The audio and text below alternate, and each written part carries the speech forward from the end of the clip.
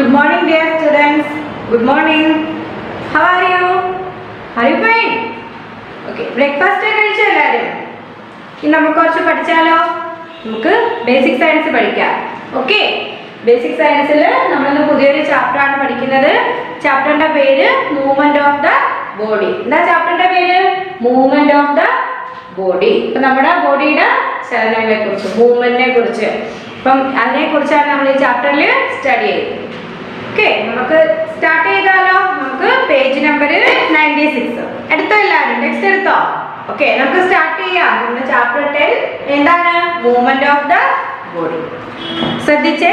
The cells that make up a multicellular animals are organized into tissues. ഏതാണ് നമ്മുടെ ഒരു multicellular മൃഗം, multicellular animal ഉണ്ടാകുന്നത്? എന്താണ്? കോശങ്ങൾ ടിഷ്യൂകളായി ക്രമീകരിച്ചാണ്. നോക്കിക്കേ. A tissue, as you know, is a group of similar cells which cooperate to perform a particular function. Tissue നമ്മൾ എന്താണ് പഠിച്ചത്? എന്താണ് tissue? A tissue is a group of similar cell. അല്ലേ? സിമിലർ സെല്ലിന്റെ കുറച്ച് ഒരു കൂട്ടം, അതാണ് എന്ത് നമ്മുടെ ടിഷ്യൂ എന്ന് പറയുന്നത്. എന്ത് ചെയ്യുന്നു? which cooperate to perform a particular function. ഒരു പ്രത്യേക ഫംഗ്ഷൻ ചെയ്യാൻ വേണ്ടിയിട്ട് കോപ്പറേറ്റ് ചെയ്യുന്ന സിമിലർ സെല്ലുകളുടെ കൂട്ടത്തെയാണ് നമ്മൾ ടിഷ്യൂ എന്ന് വിളിച്ചത്. അല്ലേ? നമ്മൾ പഠിച്ചത് ആ ടിഷ്യൂ എന്താണെന്നൊക്കെ.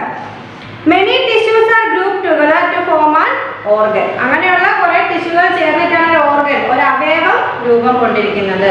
They work together to help the organ perform its function. അവയെല്ലാം കൂടെ എന്ത് ചെയ്യുന്നു? നമ്മുടെ ഓർഗനെ, അവയവത്തെ സഹായിക്കുന്നു. ഒരു അവയവ ഫംഗ്ഷൻ ചെയ്യാനും ഒരു ആ ഓർഗന്റെ ഫംഗ്ഷൻസ് പെർഫോം ചെയ്യാനായിട്ട് ഇവയെല്ലാം കൂടി ആ ഓർഗനെ ഹെൽപ്പ് ചെയ്യുന്നു. A group of organs which work together to help the body perform a life function is called an organ system. അങ്ങനെ എന്താണ് ഓർഗൻ സിസ്റ്റം? നമ്മൾ പഠിച്ചതാ. A group of organs, കുറെ എന്താണ് ഗ്രൂപ്പ് ഓഫ് ഓർഗൻസ് ചേർന്നിട്ട് നമ്മുടെ ബോഡിയിലുള്ള അല്ലെങ്കിൽ എന്താ ഒരു ഫംഗ്ഷൻ പെർഫോം ചെയ്യുന്നതിനാണ് നമ്മൾ ഓർഗൻ സിസ്റ്റം, അവയവ സംവിധാനം, അതൊക്കെ നമ്മൾ പഠിച്ചതല്ലേ. അവയവ ഘടന, അതൊക്കെ നമ്മൾ പഠിച്ചതാ. The organ system help us move the different parts of our body. ഇപ്പൊ എന്താണ് ഈ ഓർഗൻ സിസ്റ്റം? ആണ് നമ്മുടെ ബോഡിയെ പല പാർട്സിലേക്ക് എന്താണ് മൂവ് ചെയ്യാൻ ഹെൽപ്പ് ചെയ്യുന്നത്. The muscular system, nervous system and skeletal system. നമുക്ക് മൂന്ന് സിസ്റ്റം ഉണ്ട് ബോഡിയിൽ. ഏതൊക്കെയാണ്? Muscular system, nervous system, skeletal system. Okay, അപ്പൊ നമ്മൾ നോക്കിക്കേ. The muscular system consists of muscles. എന്താണ്? മസ്കുലർ സിസ്റ്റത്തിൽ മസിൽസ്, പേശികളാണ് അടങ്ങിയിരിക്കുന്നത്. Okay, next. The nervous system consists of the brain, spinal cord. എന്താണ് നമ്മുടെ ഏതാണ്? നമ്മുടെ നെർവസ് സിസ്റ്റത്തിൽ എന്തൊക്കെയുണ്ടെന്നാ പറയുക? നാഡീവ്യവസ്ഥയിൽ എന്തൊക്കെയുണ്ട്? Brain and spinal cord. ബ്രെയിനും സ്പൈനൽ കോഡും കൂടെ അടങ്ങിയിട്ടുള്ളതാണ് എന്തെന്ന് പറയുന്നത്? നമ്മുടെ നെർവസ് സിസ്റ്റം എന്ന് പറയുന്നത്.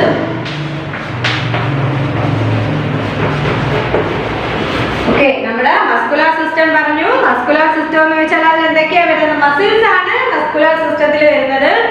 അതുപോലെ നമ്മുടെ നെർവസ് സിസ്റ്റത്തിൽ എന്തൊക്കെയാണ്? നാഡീവ്യവസ്ഥയിൽ ബ്രെയിനും വരുന്നുണ്ട്, സ്പൈനൽ കോഡും വരുന്നുണ്ട്. ഇനി എന്താണ് സ്പൈനൽ കോഡ്? നോക്കിക്കേ. A bunch of nerves running through the spine. എന്താണ്? നമ്മൾ അതായത് നട്ടലിലൂടെ കടന്നു പോകുന്ന ഒരു കൂട്ടം ഞരമ്പുകളെയാണ് നമ്മൾ എന്തെന്ന് വിളിക്കുന്നത്? സ്പൈൻ അല്ലെങ്കിൽ സ്പൈനൽ കോഡ് എന്ന് നമ്മൾ വിളിക്കുന്നത്. എന്താണ്? നമ്മുടെ നട്ടലിലൂടെ കടന്നു പോകുന്ന ഒരു കൂട്ടം ഞരമ്പുകളെയാണ് നമ്മൾ ഈ ഒരു സ്പൈനൽ കോഡ് എന്ന് പറയുന്നത്. അപ്പൊ നമ്മുടെ നെർവസ് സിസ്റ്റത്തിൽ ബ്രെയിനും ഉണ്ട്, സ്പൈനൽ കോഡും ഉണ്ട്. ഈ coordinate the working of all other system. ബാക്കി എല്ലാ സിസ്റ്റത്തിന്റെയും ജോലിയെ ഇത് എന്ത് ചെയ്യുന്നു? കോർഡിനേറ്റ് ചെയ്യുന്നു. അപ്പൊ നമ്മള് മസ്കുലർ സിസ്റ്റം പറഞ്ഞു, നെർവസ് സിസ്റ്റം പറഞ്ഞു. ഇനി അടുത്തത് സ്കെൽറ്റൽ സിസ്റ്റം ആണ്. അപ്പൊ നമ്മൾ ഈ ചാപ്റ്ററിൽ നമ്മൾ ഡിസ്കസ് ചെയ്യുന്ന എന്തിനെ കുറിച്ച് മാത്രമേ ഉള്ളൂ? സ്കെൽറ്റൽ സിസ്റ്റത്തിനെ മാത്രമേ നമ്മൾ ഇതിൽ ഡിസ്കസ് ചെയ്യുന്നുള്ളൂ. അസ്ഥികൂട വ്യവസ്ഥ. ഓക്കെ, അതിനെ കുറിച്ച് മാത്രമാണ് നമ്മൾ ഈ ചാപ്റ്ററിൽ പഠിക്കുന്നത്. ബാക്കി മസ്കുലർ സിസ്റ്റത്തെ കുറിച്ചും അതുപോലെ നെർവസ് സിസ്റ്റത്തെ കുറിച്ചും നമ്മൾ ജസ്റ്റ് ഒന്ന് പറഞ്ഞു പോകുന്നതേ ഉള്ളൂ. അപ്പൊ മസ്കുലർ സിസ്റ്റം എന്ന് വെച്ചാൽ എന്താണ്? മസ്കുലർ സിസ്റ്റത്തില് കൺസിസ്റ്റ് ഓഫ് മസിൽസ് ആണ് മസ്കുലർ സിസ്റ്റത്തിൽ അടങ്ങിയിരിക്കുന്നത്. അല്ലെങ്കിൽ പേശികളാണ് മസ്കുലർ സിസ്റ്റത്തിൽ നമ്മൾ കാണുന്നത്. നെർവസ് സിസ്റ്റം ആകുമ്പോഴത്തേക്ക് അതിനകത്ത് എന്തൊക്കെ വരുന്നുണ്ട്? ബ്രെയിൻ വരുന്നുണ്ട്, സ്പൈനൽ കോഡും വരുന്നുണ്ട്. ഓക്കെ, അപ്പൊ നമ്മൾ ഈ നോക്കുന്നത് എന്താണ്? ദ സ്കെൽറ്റൽ സിസ്റ്റം, അതായത് നമ്മുടെ അസ്ഥികൂട വ്യവസ്ഥ. എന്താണ് സ്കെൽറ്റൽ സിസ്റ്റം?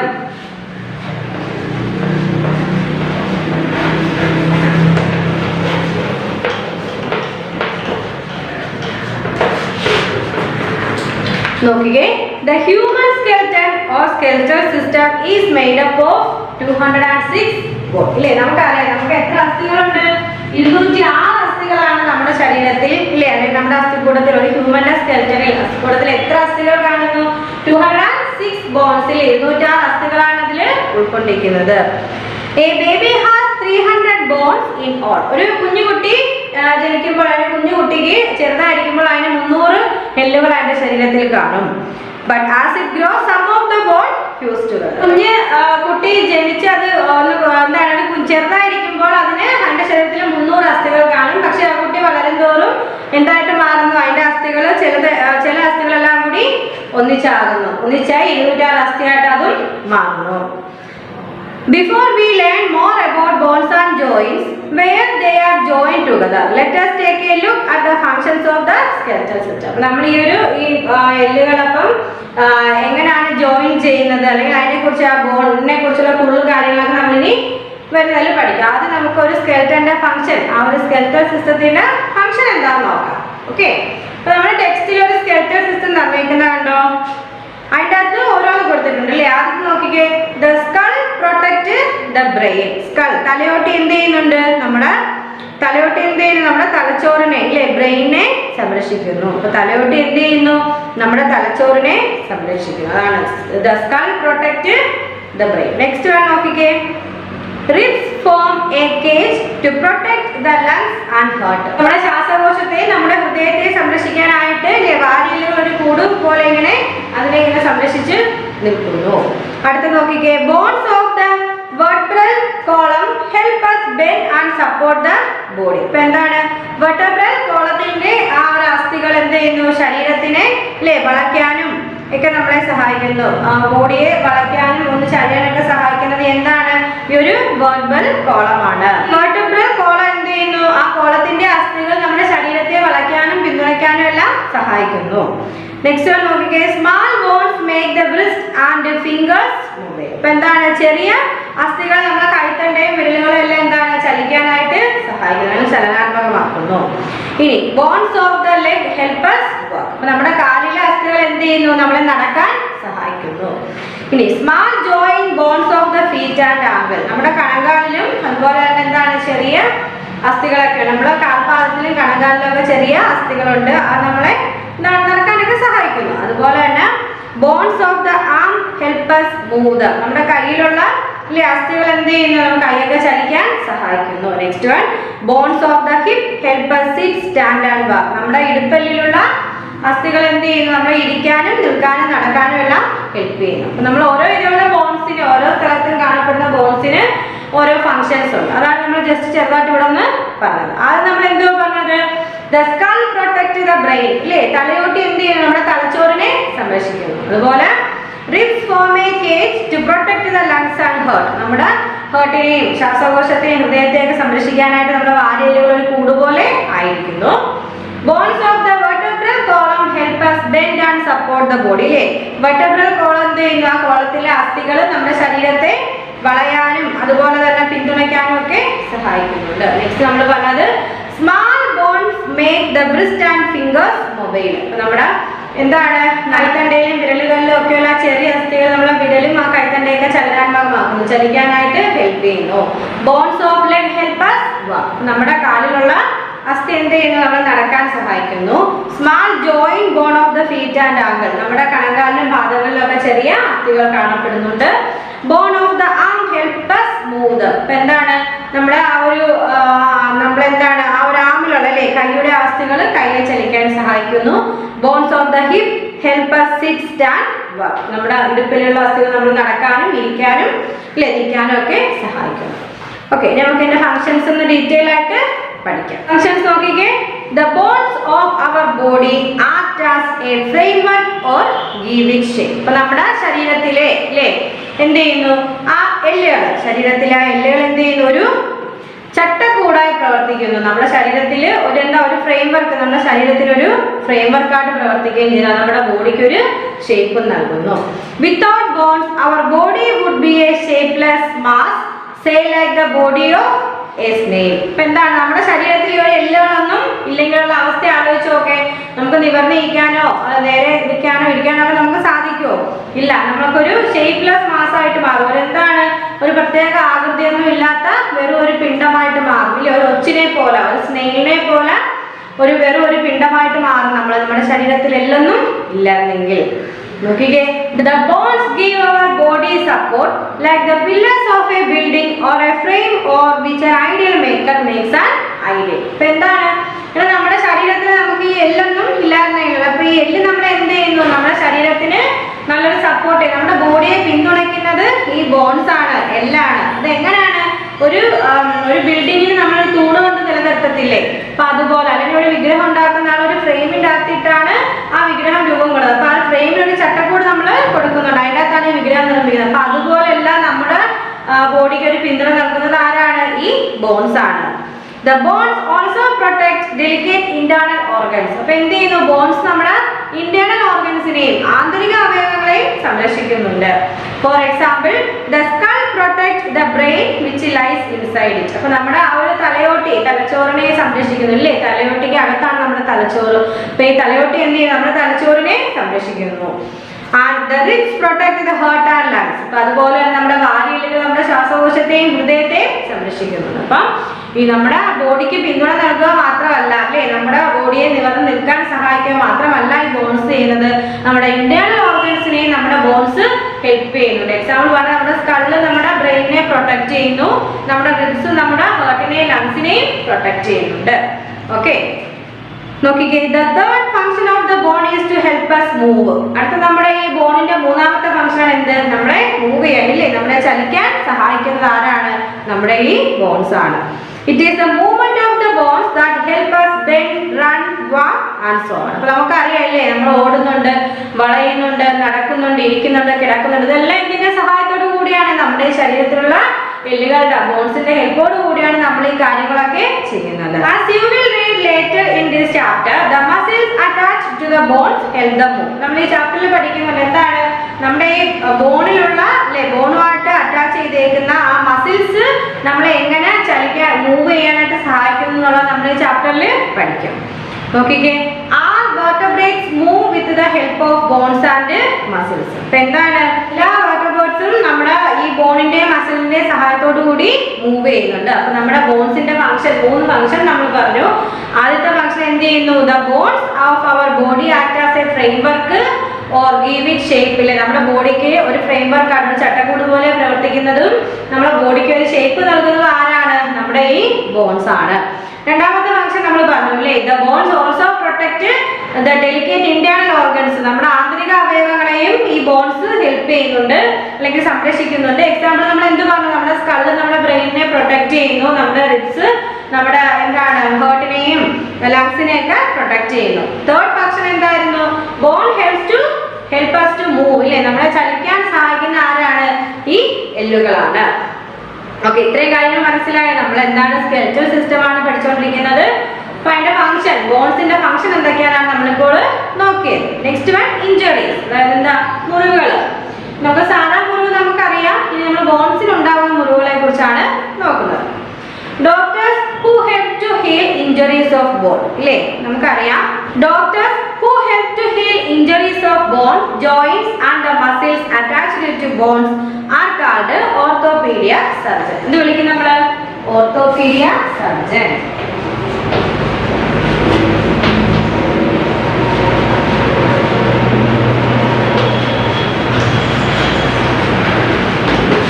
ഓക്കെ, നമ്മുടെ അതായത് നമ്മുടെ ബോൺസിന് സംഭവിക്കുന്ന അല്ലെങ്കിൽ നമ്മുടെ ജോയിന്റ്സിന് സംഭവിക്കുന്ന, നമ്മുടെ മസിൽസിന് സംഭവിക്കുന്ന, ബോൺസുമായിട്ട് അറ്റാച്ച് ചെയ്തതിന് നമ്മുടെ മസിൽസിന് സംഭവിക്കുന്ന ആ ഒരു ഇഞ്ചുറീസ് എല്ലാം ഹീൽ ചെയ്യുന്ന, ആ മുറിവെല്ലാം ഉണക്കുന്ന ഡോക്ടറിനെയാണ് നമ്മൾ എന്തെന്ന് വിളിക്കുന്നത്? ഓർത്തോപീഡിയാക് സർജൻ എന്ന് വിളിക്കുന്നത്. ഇല്ല, എന്താണ്? നമുക്ക് ബോൺസിനുണ്ടാവുന്ന, നമ്മുടെ ജോയിന്റ്സിനൊക്കെ സംഭവിക്കുന്നത്, അതുപോലെ ബോൺസുമായിട്ട് അറ്റാച്ച് ചെയ്തിരിക്കുന്ന മസിൽസിനൊക്കെ സംഭവിക്കുന്ന ആ ഒരു മുറിവ്, ഇഞ്ചുറീസ് ഉണക്കാൻ സഹായിക്കുന്ന ഡോക്ടറാണ് എന്ന് വിളിക്കുന്ന ഓർത്തോപീഡിയാക് സർജൻ എന്ന് വിളിക്കുന്നത്.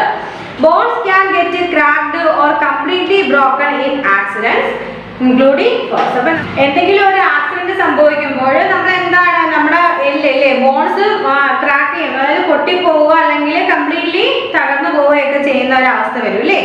Such injuries are called fractures. പാവ ഉണ്ടാവുന്ന ആ ഒരു ഇഞ്ചുറിയാണ് നമ്മൾ എന്തെന്ന് വിളിക്കുന്നത്? ഫ്രാക്ചേഴ്സ് എന്ന് വിളിക്കുന്നത് അല്ലേ? എന്തെന്ന് വിളിക്കുന്നത്?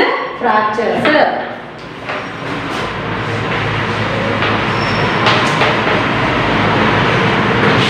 ആ ഇഞ്ചുറീസിനെ നമ്മൾ എന്ത് വിളിക്കുന്നത്? അതായത് എന്തെങ്കിലും ആക്സിഡന്റ് സംഭവിക്കുമ്പോൾ നമുക്ക് എല്ലുകൾ ഒന്നുകിൽ അത് പൊട്ടുകയോ അല്ലെങ്കിൽ എന്താണ് കംപ്ലീറ്റ്ലി ബ്രോക്കൺ നശിച്ചു പോവുകയോ ചെയ്യുന്ന ആ ഒരു ഇഞ്ചുറിയാണ് നമ്മൾ ഫ്രാക്ചേഴ്സ് എന്ന് വിളിക്കുന്നത്.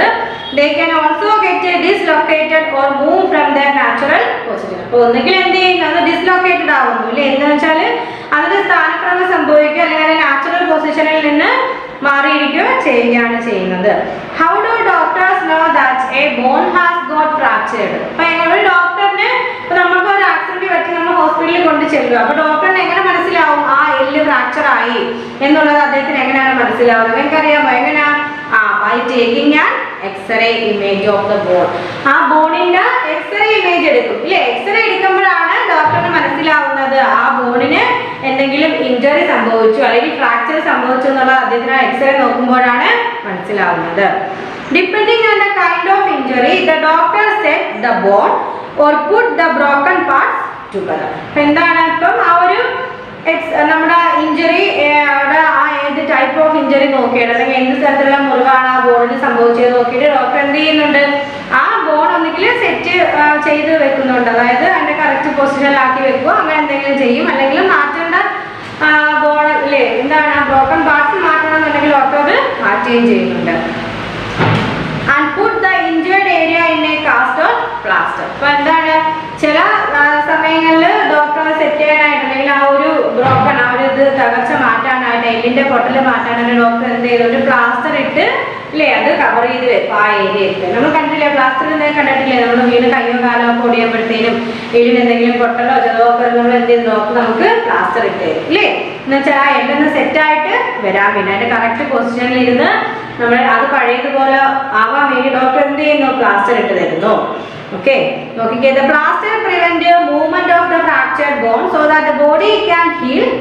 എന്താണ് നമ്മളിങ്ങനെ പ്ലാസ്റ്റർ ഇട്ട് വെക്കുമ്പോഴത്തേനും നമ്മുടെ മാറിയ എന്താണ് നമ്മൾ സെറ്റ് ചെയ്ത് വെച്ച ബോൺ പിന്നെ അങ്ങോട്ടും ഇങ്ങോട്ടും മൂവ് ചെയ്യില്ല, കറക്റ്റ് ആയിട്ട് അതിരുന്ന് സെറ്റായി പഴയ രീതിയിൽ ആവുന്നു.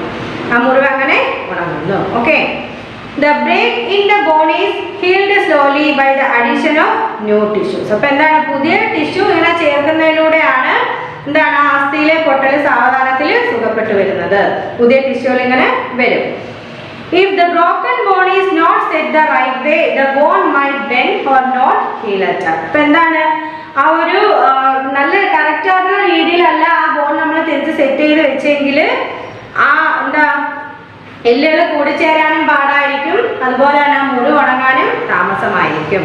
Okay. If the injury is very bad, the doctor may need to perform a surgery or operation. ആ ഇഞ്ചുറി ആ എല്ലിന് സംഭവിച്ച ഇഞ്ചുറി കുറച്ച് എന്താണ് മോശമാണെങ്കിൽ, അതായത് ഒന്നും ചെയ്യാൻ പറ്റാത്ത അവസ്ഥയാണെങ്കിൽ ഡോക്ടർ എന്ത് ചെയ്യും? ഒന്നുകിൽ ഒരു ഓപ്പറേഷൻ അല്ലെങ്കിൽ ഒരു സർജറിക്കോ നിർദ്ദേശിക്കും. പ്ലാസ്റ്റർ കൊണ്ട് മാറാവുന്നതാണെങ്കിൽ ഡോക്ടർ നമുക്ക് പ്ലാസ്റ്റർ ഇട്ട് അത് സെറ്റ് ചെയ്ത് തരും. അല്ലെന്നുണ്ടെങ്കിൽ നമുക്ക് എന്താണ് ഓപ്പറേഷനോ സർജറിയോ ഒക്കെ തീരുമാനിക്കും. ഓക്കെ. അപ്പൊ നമ്മൾ എന്തോ പറഞ്ഞത്? നമുക്ക് സാധാരണ ശരീരത്തിൽ മുറിവുകൾ ഉണ്ടാവുമ്പോൾ നമ്മൾ മരുന്ന് വെച്ച് കെട്ടിയത് ഉണക്കുന്നു.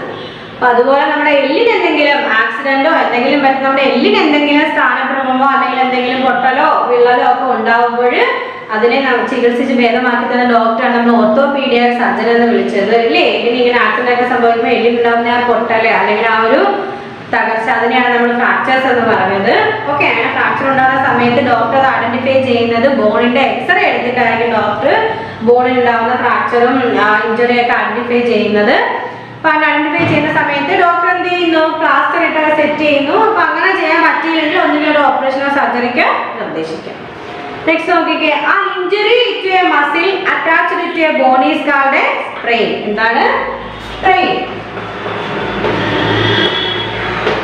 എന്താണ് സ്ട്രെയിൻ അല്ലെങ്കിൽ ഉളുക്കെന്ന് വെച്ചാൽ എന്താണ്? നമ്മൾ ആ ഒരു എല്ലുമായിട്ട് അറ്റാച്ച് ചെയ്തിട്ടുള്ള പേശികൾ ഉണ്ടെന്ന് നമ്മൾ പറയില്ലേ? ബോൺസുമായിട്ട് അറ്റാച്ച് ചെയ്തിരിക്കുന്ന മസിൽ ഉണ്ടാവുന്നതാണ്. അപ്പൊ ആ എല്ലുമായിട്ട് അറ്റാച്ച് ചെയ്തിരിക്കുന്ന ബന്ധപ്പെട്ടിരിക്കുന്ന ആ മസിലിനുണ്ടാകുന്ന ക്ഷതത്തെയാണ് നമ്മൾ ഉളുക്ക് അല്ലെങ്കിൽ സ്പ്രെയിൻ എന്ന് വിളിക്കുന്നത്. എന്താണ് സ്പ്രെയിൻ അല്ലെങ്കിൽ ഉളുക്കെന്ന് വെച്ചാൽ എന്താണ്? An injury to a muscle attached to a bone is called a sprain. അതായത് നമ്മുടെ എല്ലുമായിട്ട് ഘടിപ്പിച്ചിരിക്കുന്ന അല്ലെങ്കിൽ ആ ബന്ധപ്പെട്ടിരിക്കുന്ന ആ ഒരു മസിലിന് പേശികൾക്ക് ഉണ്ടാകുന്ന ഒരു ക്ഷതം അല്ലെങ്കിൽ ആ ഒരു ഇഞ്ചുറിയാണ് നമ്മൾ സ്പ്രെയിൻ, ഉളുക്ക് എന്ന് പറയുന്നത്. Sprain can be very painful. ഉളുക്ക് എന്ന് പറഞ്ഞാൽ സ്പ്രെയിൻ എന്ന് വെച്ചാൽ വളരെ വേദനാജനകമായിട്ടുള്ള ഒരു കാര്യമാണ്. And area can become swollen. അപ്പൊ എന്തെങ്കിലും ഉളുക്ക് വരുന്ന ഏരിയയിൽ എന്ത് ചെയ്യുന്ന ആ ഏരിയ കുറച്ച് പൊങ്ങി വരും, വീർത്ത് വരും. Sometimes the doctor put a crepe bandage around the area to prevent a further strain to the muscles. അപ്പോൾ ഇങ്ങനെ നമുക്ക് സ്പ്രെയിൻ അല്ലെങ്കിൽ ഉളുക്ക് സംഭവിക്കുന്ന ഭാഗത്ത് ഡോക്ടർ എന്ത് ചെയ്ത് തരും? നമ്മൾ ഹോസ്പിറ്റലിൽ കൊണ്ട് കാണിക്കുവാണെങ്കിൽ ഡോക്ടർ നമുക്ക് അവിടെ ബാൻഡേജ് ഇട്ട് തരും. കാരണം പിന്നെ മസിലുകൾക്ക് ബുദ്ധിമുട്ടുണ്ടാവാതെ ആ ഒരു ഉളുക്ക് കാരണം മസിലുകൾക്ക് ബുദ്ധിമുട്ടുണ്ടാവാതിരിക്കാൻ വേണ്ടിയിട്ട് ഡോക്ടർ എന്ത് ചെയ്യുന്നു? അവിടെ നമുക്ക് ആ ഉളുക്ക് വന്ന ഭാഗത്ത് ബാൻഡേജ് ഇട്ട് തരും അല്ലേ? Okay. A sprained muscle must be rested. You must always see a doctor in a case of an injury to a bone or muscle. അപ്പോൾ നമ്മൾ ഈ ഒരു ഉളുക്ക് വന്ന സ്ഥലം നമുക്ക് നല്ല റെസ്റ്റ് കൊടുത്താലേ ആ ഒരു ഉളുക്ക് മാറി, ബാൻഡേജ് ഇട്ട് എന്താണ് ബാൻഡേജ് ഇട്ട് ഉളുക്ക് മാറി വരത്തുള്ളൂ. അപ്പോൾ എന്താണ് സ്പ്രെയിൻ എന്ന് വെച്ചാൽ എന്താണ്? An injury to a muscle attached to a bone is called a sprain. നമ്മുടെ എല്ലുമായിട്ട് ബോണുമായിട്ട് അറ്റാച്ച് ചെയ്തേക്കുന്ന മസിലിൽ ഉണ്ടാകുന്ന ആ ഒരു ക്ഷതം, ഇഞ്ചുറിയാണ് നമ്മൾ സ്പ്രെയിൻ അല്ലെങ്കിൽ ഉളുക്കെന്ന് പറയുന്നത്. ഓക്കെ. അപ്പൊ നമ്മൾ ഇഞ്ചുറീസ് എന്താന്ന് നോക്കി. ബോണിൽ ഉണ്ടാകുന്ന ഇഞ്ചുറീസ് എന്താണ്, അത് എങ്ങനെ നമുക്ക് അതിൽ നിന്ന് റിക്കവർ ചെയ്യാം, അത് നമ്മൾ ചികിത്സിക്കുന്ന ഡോക്ടറെ നമ്മൾ എന്ത് പേര് വിളിച്ചു? ഓർത്തോപീഡിയാക് സർജൻ എന്ന് വിളിച്ചു. അതിനുശേഷം നമ്മൾ സ്പ്രെയിൻ എന്താന്ന് നോക്കി. നെക്സ്റ്റ് നമ്മൾ നോക്കുന്നത് സ്കൾ, നമ്മുടെ ആ ഒരു തലയോട്ടിയെ കുറിച്ച്. എന്താണ് സ്കൾ? ഓക്കെ, നോക്കിക്കേ. The bones of the skull are the hardest of all the bones. ഇപ്പൊ നമ്മുടെ തലയോട്ടിയിലെ എല്ലുകളാണ് ബാക്കി എല്ലാ എല്ലുകളെയും വെച്ചിട്ട് നോക്കാമെങ്കിൽ ഏറ്റവും നല്ല ഹാർഡസ്റ്റ് ആയിട്ടുള്ള ബോണാണ് നമ്മുടെ സ്കള്ളിന്റെ ബോൺ, എല്ലുകൾ എന്ന് പറയുന്നത്. Some of these form the cranium or the cover of the brain. അപ്പൊ എന്താണ് അതിൽ ചില എല്ലുകളൊക്കെ കൂടി ചേർന്നിട്ട് അല്ലേ some of bone form, ചില എല്ലുകൾ കൂടി ചേർന്ന് എന്തുണ്ടാക്കുന്നു? ക്രേനിയം ഫോം ചെയ്യുന്നു എന്നാണ് പറയുന്നത്. ക്രേനിയം ഫോം ചെയ്യുന്നു. ചില എല്ലുകൾ കൂടി ചേർന്ന് ക്രേനിയം ഫോം ചെയ്യുന്നു, അല്ലെങ്കിൽ എന്താണ് ബ്രെയിനിന്റെ ആ ഒരു കവർ ഫോം ചെയ്യുന്നു. The rest are the facial bones which give shape to the face. അപ്പം നമ്മൾ പറഞ്ഞു തലയോട്ടിയിൽ എല്ലുകൾ ഉണ്ടെന്ന് പറഞ്ഞു. സ്കള്ളിൽ നമുക്ക് ബോൺസ് കാണപ്പെടുന്നു. ബാക്കി എല്ലാ ബോൺസിനെയും വെച്ച് നോക്കാമെങ്കിൽ ഈ സ്കള്ളിലെ ബോൺസ് ആണ് കുറച്ച് ഹാർഡസ്റ്റ് ആയിട്ടുള്ള ബോണാണ് നമ്മൾ പറഞ്ഞു അല്ലേ? അപ്പൊ നമ്മൾ പറഞ്ഞ ആ സ്കള്ളിലുള്ള കുറച്ച് ബോണുകൾ കൂടി ചേർന്നിട്ട് നമ്മുടെ തലയോട്ടിക്കൊരു ആവരണം പോലെ അല്ലേ, ക്രേനിയം അല്ലെങ്കിൽ ഒരു തലയോട്ടിക്കൊരു ആവരണം പോലെ നമ്മുടെ ബ്രെയിനിന്, തലയോട്ടിക്ക് നമ്മുടെ ബ്രെയിനിന് ഒരു ആവരണം പോലെ ചില എല്ലുകൾ കൂടി ചേർന്ന് ക്രേനിയം ഫോം ചെയ്യുന്നു. ബാക്കിയുള്ള എല്ലുകൾ എന്താണ്? ഫേഷ്യൽ ബോൺസ് ആണ് അല്ലേ, നമ്മുടെ ഫേസിലുള്ള എല്ലുകൾ, അസ്ഥികളാണ്. Which give shape to the face. അവ എന്ത് ചെയ്യും? നമ്മുടെ ഫേസിന് ഷേപ്പ് നൽകും. Okay. Two hollows or sockets formed by the facial bones protect the eyes. അപ്പോൾ ചില രണ്ട് സോക്കറ്റ്സ് അല്ലെങ്കിൽ രണ്ട് എന്താണ് ഹോളോസ് ഫോം ചെയ്തിട്ട് നമ്മുടെ കണ്ണിനെ പ്രൊട്ടക്ട് ചെയ്യുന്നു. All the bones of the skull except the one forming the lower jaw are fixed firmly. അപ്പോൾ താഴെ എന്താണ് എല്ലാ എല്ലുകളും താഴത്തെ നമ്മുടെ താടിയെല്ല് ഘടിപ്പിച്ചേക്കുന്ന ബാക്കി എല്ലാ എന്താ ഒരെല്ലൊഴികെ നമ്മുടെ താഴെ ഒരെല്ല് താടിയെല്ല് ഘടിപ്പിച്ചേക്കുന്നു അല്ലേ, ബാക്കി എല്ലാ എല്ലുകളും ഒഴികെ ബാക്കി ഒരെല്ല് നമ്മുടെ താടിയെല്ലാണ് ഘടിപ്പിച്ചിരിക്കുന്നത്. And cannot move. ബാക്കി എന്താണ് അത് മൂവ് ചെയ്യാൻ പറ്റില്ല. Only the bone of the lower jaw is capable of movement which help us eat and speak. അപ്പോൾ എന്താണ് ഈ താഴത്തെ താടിയെല്ല് മാത്രമേ നമ്മളെ കഴിക്കാനും എന്താണ് സംസാരിക്കാനും ഒക്കെ ആ അത്തരം മൂവ്മെന്റുകൾക്കാണ് ഈ ഒരു താടിയെല്ല് നമ്മളെ സഹായിക്കുന്നത്. ഓക്കെ. നെക്സ്റ്റ് വൺ എന്താണ്? ഇത് spine.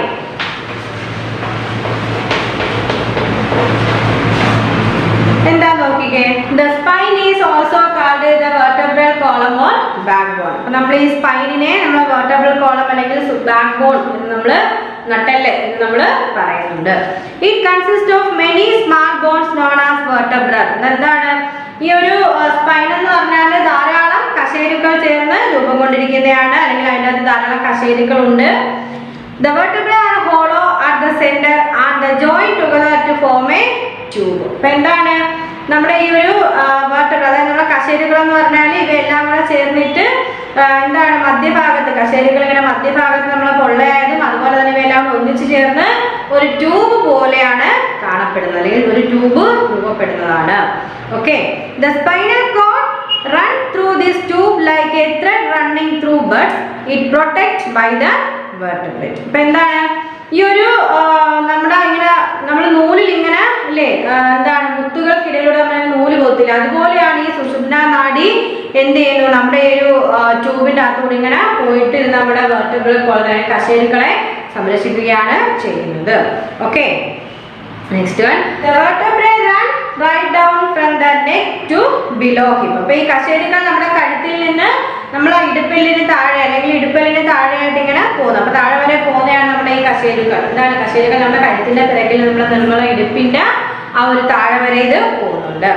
There is a rubbery tissue called cartilage between them. അപ്പോൾ ഇതിന്റെ ഇടയ്ക്ക് എന്താണ്, ഒരു റബ്ബറി ടിഷ്യൂ ഉണ്ട്. അത് നമ്മൾ വിളിക്കുന്ന പേരാണ് കാർട്ടിലേജ്. ഓക്കെ, ഇപ്പൊ നമ്മുടെ കശേരുക്കൾ എന്ന് പറഞ്ഞാൽ നമ്മുടെ കഴുത്തിൽ നിന്ന് ഇടുപ്പലിന് താഴെയായിട്ട് പോകുന്ന ആ ഒരു ഇതാണ് കശേരുക്കൾ എന്ന് പറയുന്നത്. ഇപ്പൊ ഇതിന്റെ ഇടയ്ക്ക് എന്താണ്, ഒരു റബ്ബറി ടിഷ്യൂ, വെക്കിടില് റബ്ബറി ടിഷ്യൂ ഉണ്ട്. അതിനാണ് കാർട്ടിലേജ് എന്ന് വിളിക്കുന്നത്. അല്ലെങ്കിൽ എന്താണ്, തരുണാസ്ഥി. കാർട്ടിലേജ് അല്ലെങ്കിൽ തരുണാസ്ഥി എന്ന് നമ്മൾ അതിനെ വിളിക്കുന്നുണ്ട്. It allows them to move smoothly. ഇപ്പൊ നമ്മളെ എന്താണ് മൂവ് ചെയ്യാനായിട്ട് സഹായിക്കുന്നു അല്ലേ, സ്മൂത്ത്ലി മൂവ് ചെയ്യാൻ ഇത് സഹായിക്കുന്നു.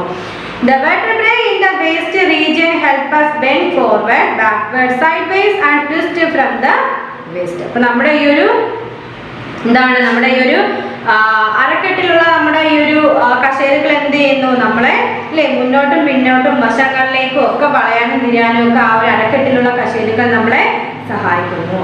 The vertebrae in the neck allow us to move our head from side to side and bend the neck forward and backward. അപ്പോൾ നമ്മുടെ ഈ കഴുത്തിലുള്ള നമ്മുടെ കശേരുക്കൾ എന്ത് ചെയ്യുന്നു, നമ്മുടെ തലയെ ഇങ്ങനെ നമുക്ക് ഇങ്ങനെ സൈഡിലോട്ടൊക്കെ കൊണ്ടുപോകാനും മുമ്പോട്ടും പിമ്പോട്ടും ഒക്കെ ആക്കാനും സഹായിക്കുന്നു. അതുപോലെ തന്നെ the vertebrae also act like a spring cushioning the head so that the brain does not get jerked around when we run or jump. അപ്പോൾ നമുക്ക് എന്താണ്, നമ്മുടെ ഈ കശേരുക്കൾ ഒരു നീരുറവ പോലെ പ്രവർത്തിക്കുകയാണ് ചെയ്യുന്നത്. അതായത് നമ്മുടെ തല എന്താണ്, നമ്മളിപ്പം ഒരു ചാടുമ്പോഴോ നമ്മൾ ഇങ്ങനെ പെട്ടെന്ന് ഓടുമ്പോഴോ ചാടുമ്പോഴോ ചലിക്കുമ്പോൾ നമ്മുടെ മസ്തിഷ്കം വിളത്തില്ല. അപ്പൊ ആ ഒരു രീതിയിലാണ് കശേരുക്കൾ അതിനെ ഹെൽപ്പ് പ്രൊട്ടക്ട് ചെയ്യുന്നത്. അപ്പൊ നമ്മൾ പറഞ്ഞു നമ്മുടെ ഈ ഒരു എന്താണ് അരക്കെട്ടിലുള്ള നമ്മുടെ കശേരുക്കൾ എന്ത് സഹായിക്കുന്നു, നമ്മളെ എങ്ങനെ വളയാനും മുമ്പോട്ട് വളയാനും പിമ്പോട്ട് വളയാനും സൈഡിലോട്ട് വളയാനും ഒക്കെ നമ്മളെ സഹായിക്കുന്നു. നമ്മുടെ കഴുത്തിലുള്ള കശേരുക്കൾ എന്ത് ചെയ്യുന്നുണ്ട്, നമുക്കിപ്പോൾ തല സൈഡിലോട്ടൊക്കെ ആക്കാനും മുമ്പോട്ടും പിമ്പോട്ടും ഒക്കെ ആക്കാനും നമ്മളെ ഹെൽപ്പ് ചെയ്യുന്നു. ഈ നെക്സ്റ്റ് വൺ എന്താണ്, റിബ് കേജ്. എന്താണ് rib cage?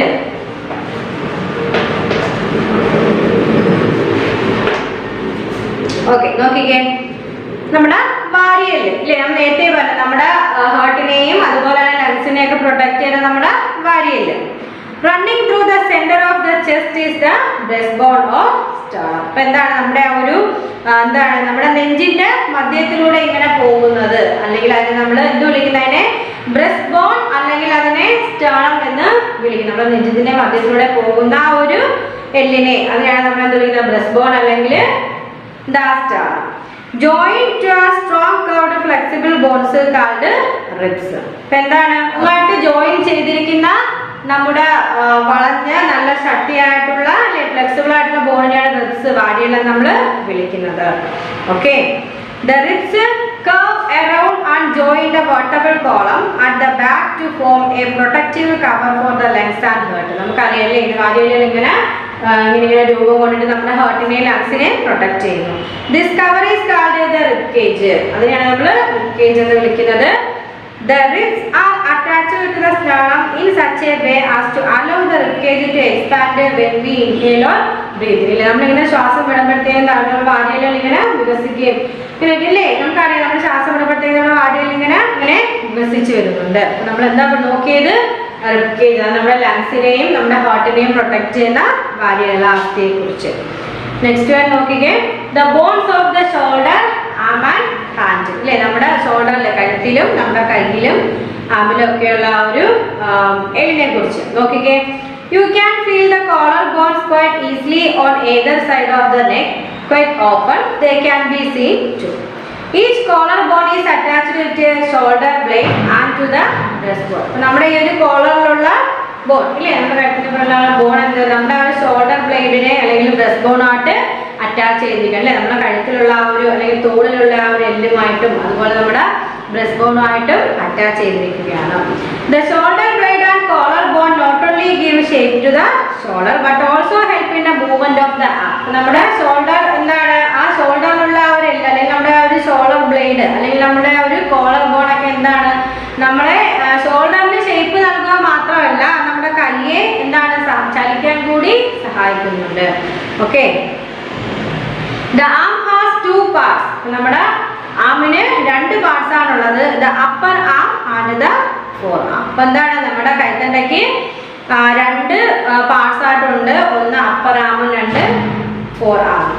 Join at the elbow, elbow ആയിട്ട് ജോയിൻ ചെയ്തിരിക്കുന്ന ഫോർ ആമും ഉണ്ട് അപ്പർ ആമും ഉണ്ട്.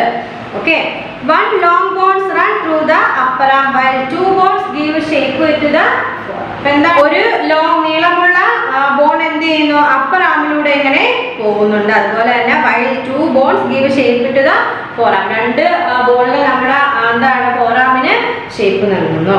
The bone of the upper arm is joined to the bone of the forearm at the elbow and fit into the shoulder blade at the shoulder. അപ്പോൾ നമ്മുടെ upper ആമിലുള്ള ബോണും അതുപോലെ തന്നെ എന്താണ് നമ്മുടെ ഫോറാമിലുള്ള ബോൺസും കൂടെ എൽബോയിൽ വെച്ച് ജോയിൻ ചെയ്യുകയും അത് നമ്മുടെ ഷോൾഡർ ബ്ലേഡിൽ ഫിറ്റ് ചെയ്യുകയും ചെയ്തിരിക്കുകയാണ്.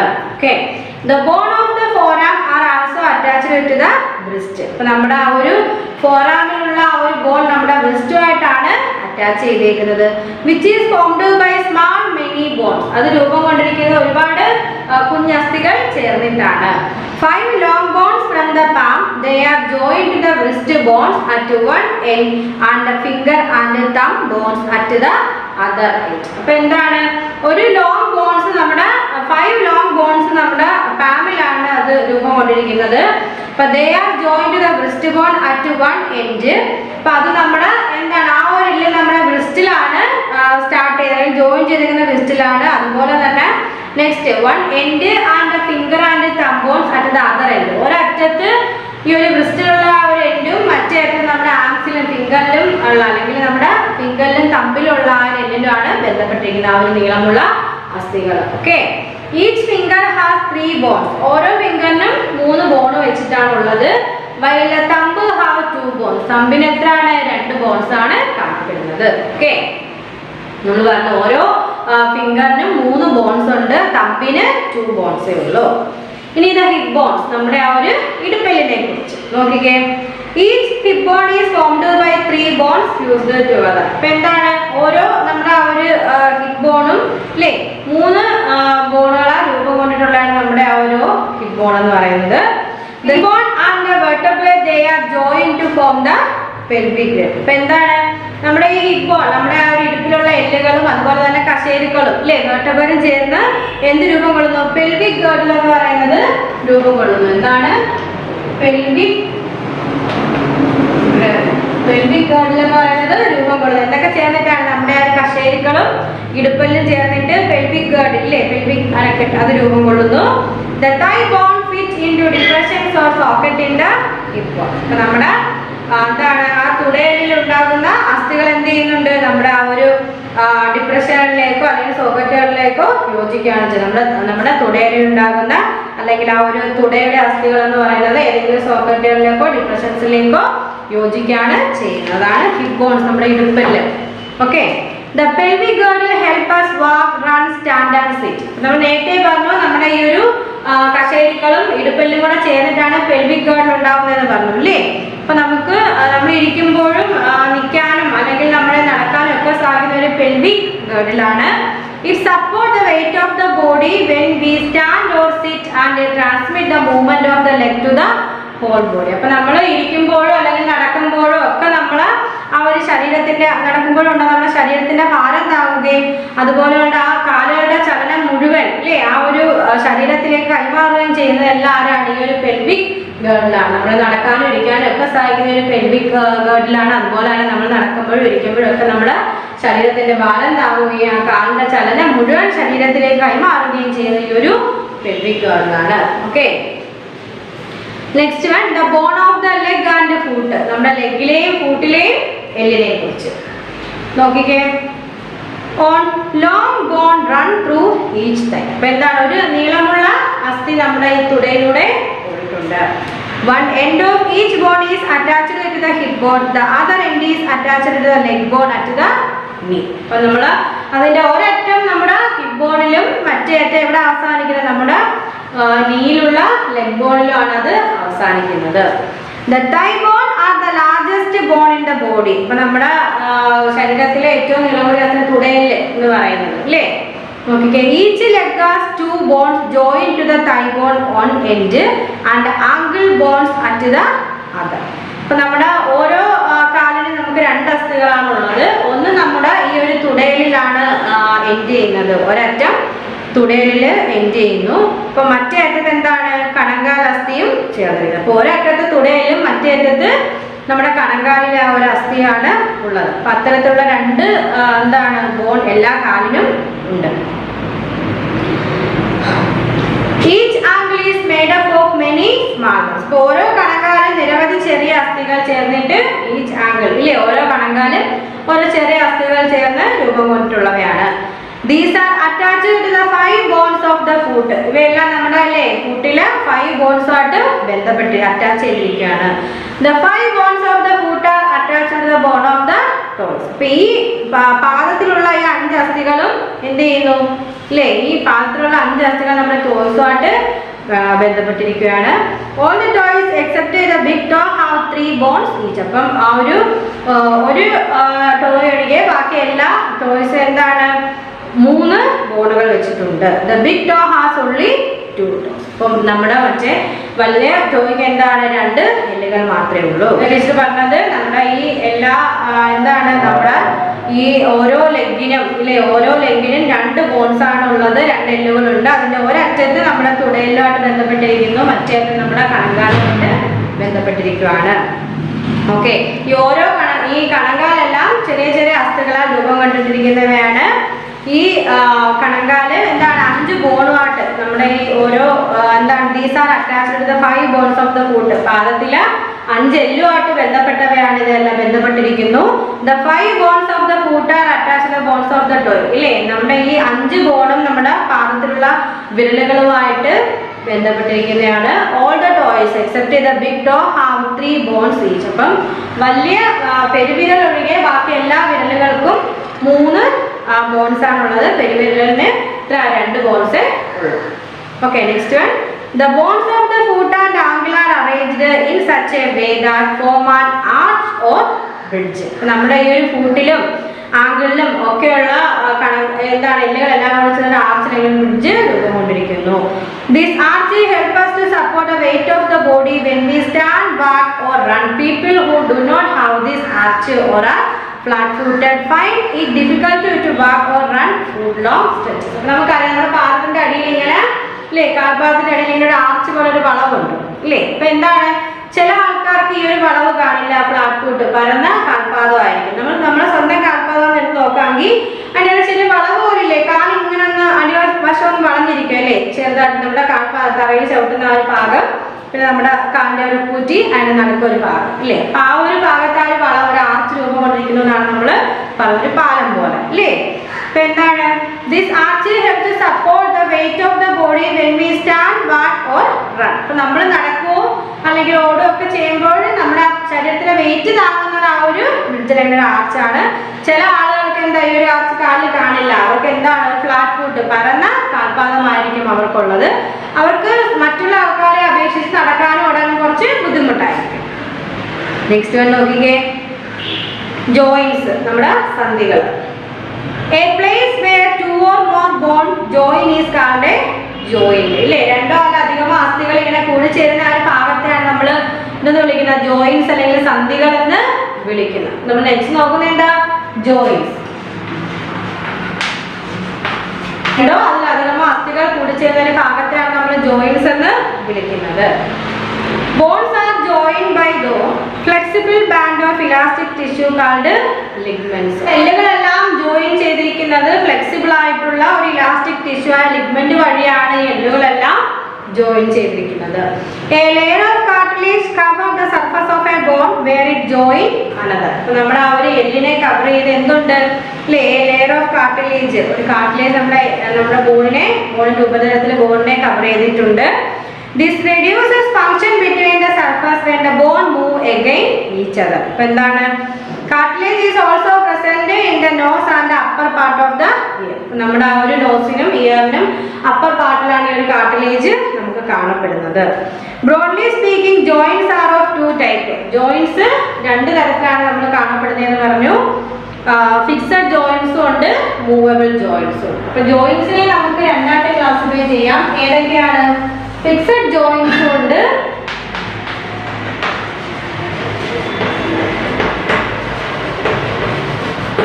ഫിക്സഡ് ജോയിന്റ്സും ഉണ്ട്, പിന്നെന്താണ്? മൂവബിൾ ജോയിന്റ്സും ഉണ്ട് ഇല്ലേ?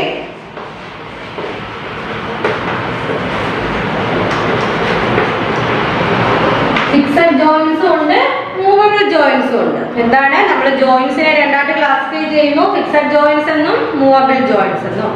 Depending on the type and extent of the movement, they allow movable joints can be further classified into types. അപ്പോൾ നമ്മൾ ഈ ഒരു എന്താണ് ജോയിന്റ്സിന്റെ അല്ലെങ്കിൽ അത് മൂവ് ചെയ്യുന്നതിന്റെ അടിസ്ഥാനത്തിൽ അല്ലെങ്കിൽ ആ ഒരു എന്താണ് ആ മൂവ് ചെയ്യുന്നതിന്റെ ആ ഒരു എക്സ്റ്റെന്റിന്റെ അടിസ്ഥാനത്തിൽ മൂവബിൾ ജോയിന്റ്സിനെ നമ്മൾ വീണ്ടും ക്ലാസിഫൈ ചെയ്തേക്കുന്നു. നമ്മൾ ഈ ഒരു മൂവ്മെന്റിന്റെ അടിസ്ഥാനത്തിൽ അല്ലെങ്കിൽ ആ മൂവ്മെന്റിന്റെ ആ ഒരു എക്സ്റ്റെന്റിന്റെ അടിസ്ഥാനത്തിൽ അതിന്റെ ആ ടൈപ്പ് ഇത് വെച്ചിട്ട് നമ്മൾ എന്ത് ചെയ്യുന്നു? ഈ ഒരു മൂവബിൾ ജോയിന്റ്സിനെ നമ്മൾ വീണ്ടും ക്ലാസിഫൈ ചെയ്യുന്നുണ്ട്. അപ്പോൾ നമ്മൾ ജോയിന്റ്സിനെ രണ്ടായിട്ട് ക്ലാസിഫൈ ചെയ്യുന്നു, ഫിക്സഡ് ജോയിന്റ്സ് എന്നും മൂവബിൾ ജോയിന്റ്സ് എന്നും. വീണ്ടും നമ്മൾ മൂവബിൾ ജോയിന്റ്സിനെ വീണ്ടും ക്ലാസിഫൈ ചെയ്യുന്നുണ്ട്. അപ്പോൾ ആദ്യം നമുക്ക് എന്താണ് ഫിക്സഡ് ജോയിന്റ്സ് എന്ന് നോക്കാം. First fixed joints. എന്താ ഫിക്സഡ് ജോയിന്റ്സ് എന്ന് നോക്കേ? Some joints such as the ones between the bones of the cardium do not allow any movement. നമുക്കറിയാം അല്ലേ, തലയോട്ടിയിലെ അസ്ഥികൾക്കിടയിലുള്ള അല്ലേ ഇടയിലുള്ള ചെറിയ അസ്ഥികൾ എന്ത് ചെയ്യുന്നു? അവ ചില അതിൻ്റെ ഇടയിലുള്ള ചില സന്ധികൾ എന്ത് ചെയ്യുന്നു? ഒരു ചലനവും അനുവദിക്കുന്നില്ല. അവ അവിടെ ഫിക്സഡ് ആക്കി വെച്ചേക്കാണ്. ഒരു നിശ്ചിത അല്ലെങ്കിൽ അവ അവിടെയുള്ള ഉറപ്പിച്ചിരിക്കുന്ന ഒരു നിശ്ചിത സന്ധികളാണ്. ഇപ്പൊ നമ്മുടെ എന്താണ് നോക്കിക്കേ, these are fixed joints. The joints between the teeth and the jawbone are also fixed. നമുക്കറിയാം നമ്മുടെ പല്ലുകൾക്കിടയിൽ അതുപോലെ തന്നെ പല്ലുകൾക്കും താടികൾക്കും ഇടയിലുള്ള ആ സന്ധികൾ എന്താണ്? അവയും ചലിക്കുന്നില്ല, അവയും അവിടെ ഉറപ്പിച്ചിരിക്കുകയാണ്. ഓക്കെ, നോക്കിക്കേ. Also are joints between the bones that make up the hip bones. അതുപോലെ നമ്മുടെ ഇടുപ്പുണ്ടാക്കുന്ന അല്ലെങ്കിൽ ഇടുപ്പിലെ അസ്ഥികൾ ഉണ്ടാക്കുന്ന അസ്ഥികൾക്കിടയിലും ഒരു ചലനവും സാധ്യമാകുന്നില്ല. അവയെല്ലാം അവിടെ ഫിക്സ് ചെയ്ത് വെച്ചേക്കുന്ന സന്ധികളാണ്. അവയൊന്നും തന്നെ ചലനത്തെ അനുവദിക്കുന്നില്ല. അപ്പൊ ഫിക്സഡ് ജോയിന്റ്സ് എന്താ നമ്മൾ നോക്കി. നെക്സ്റ്റ് നമ്മൾ ഡിഫറെന്റ് ടൈപ്പ് ഉണ്ടെന്ന് പറഞ്ഞു ഇല്ലേ? മൂവബിൾ ജോയിന്റ്സ് തന്നെ ഡിഫറെന്റ് ടൈപ്പ് ഉണ്ടെന്ന് പറഞ്ഞു. അതിൽ ആദ്യത്തെ ടൈപ്പാണ് ബോൾ ആൻഡ് സോക്കറ്റ് ജോയിന്റ്സ്. എന്താണ് ball and socket joints?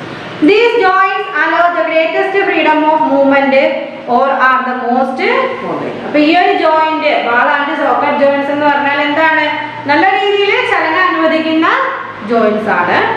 In such joints, the rounded head of one bone fits into the hollow cup-shaped socket of another.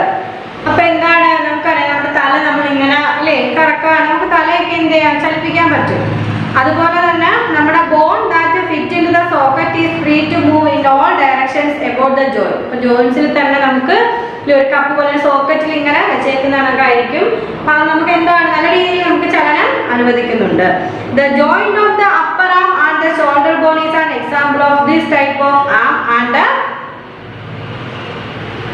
the joint of the upper arm and the shoulder bone is an example of this type of joint. അപ്പോൾ ഈ ball and socket joints എന്താണ്? വളരെ ചലനം അനുവദിക്കുന്ന ഒരു joint ആണ്.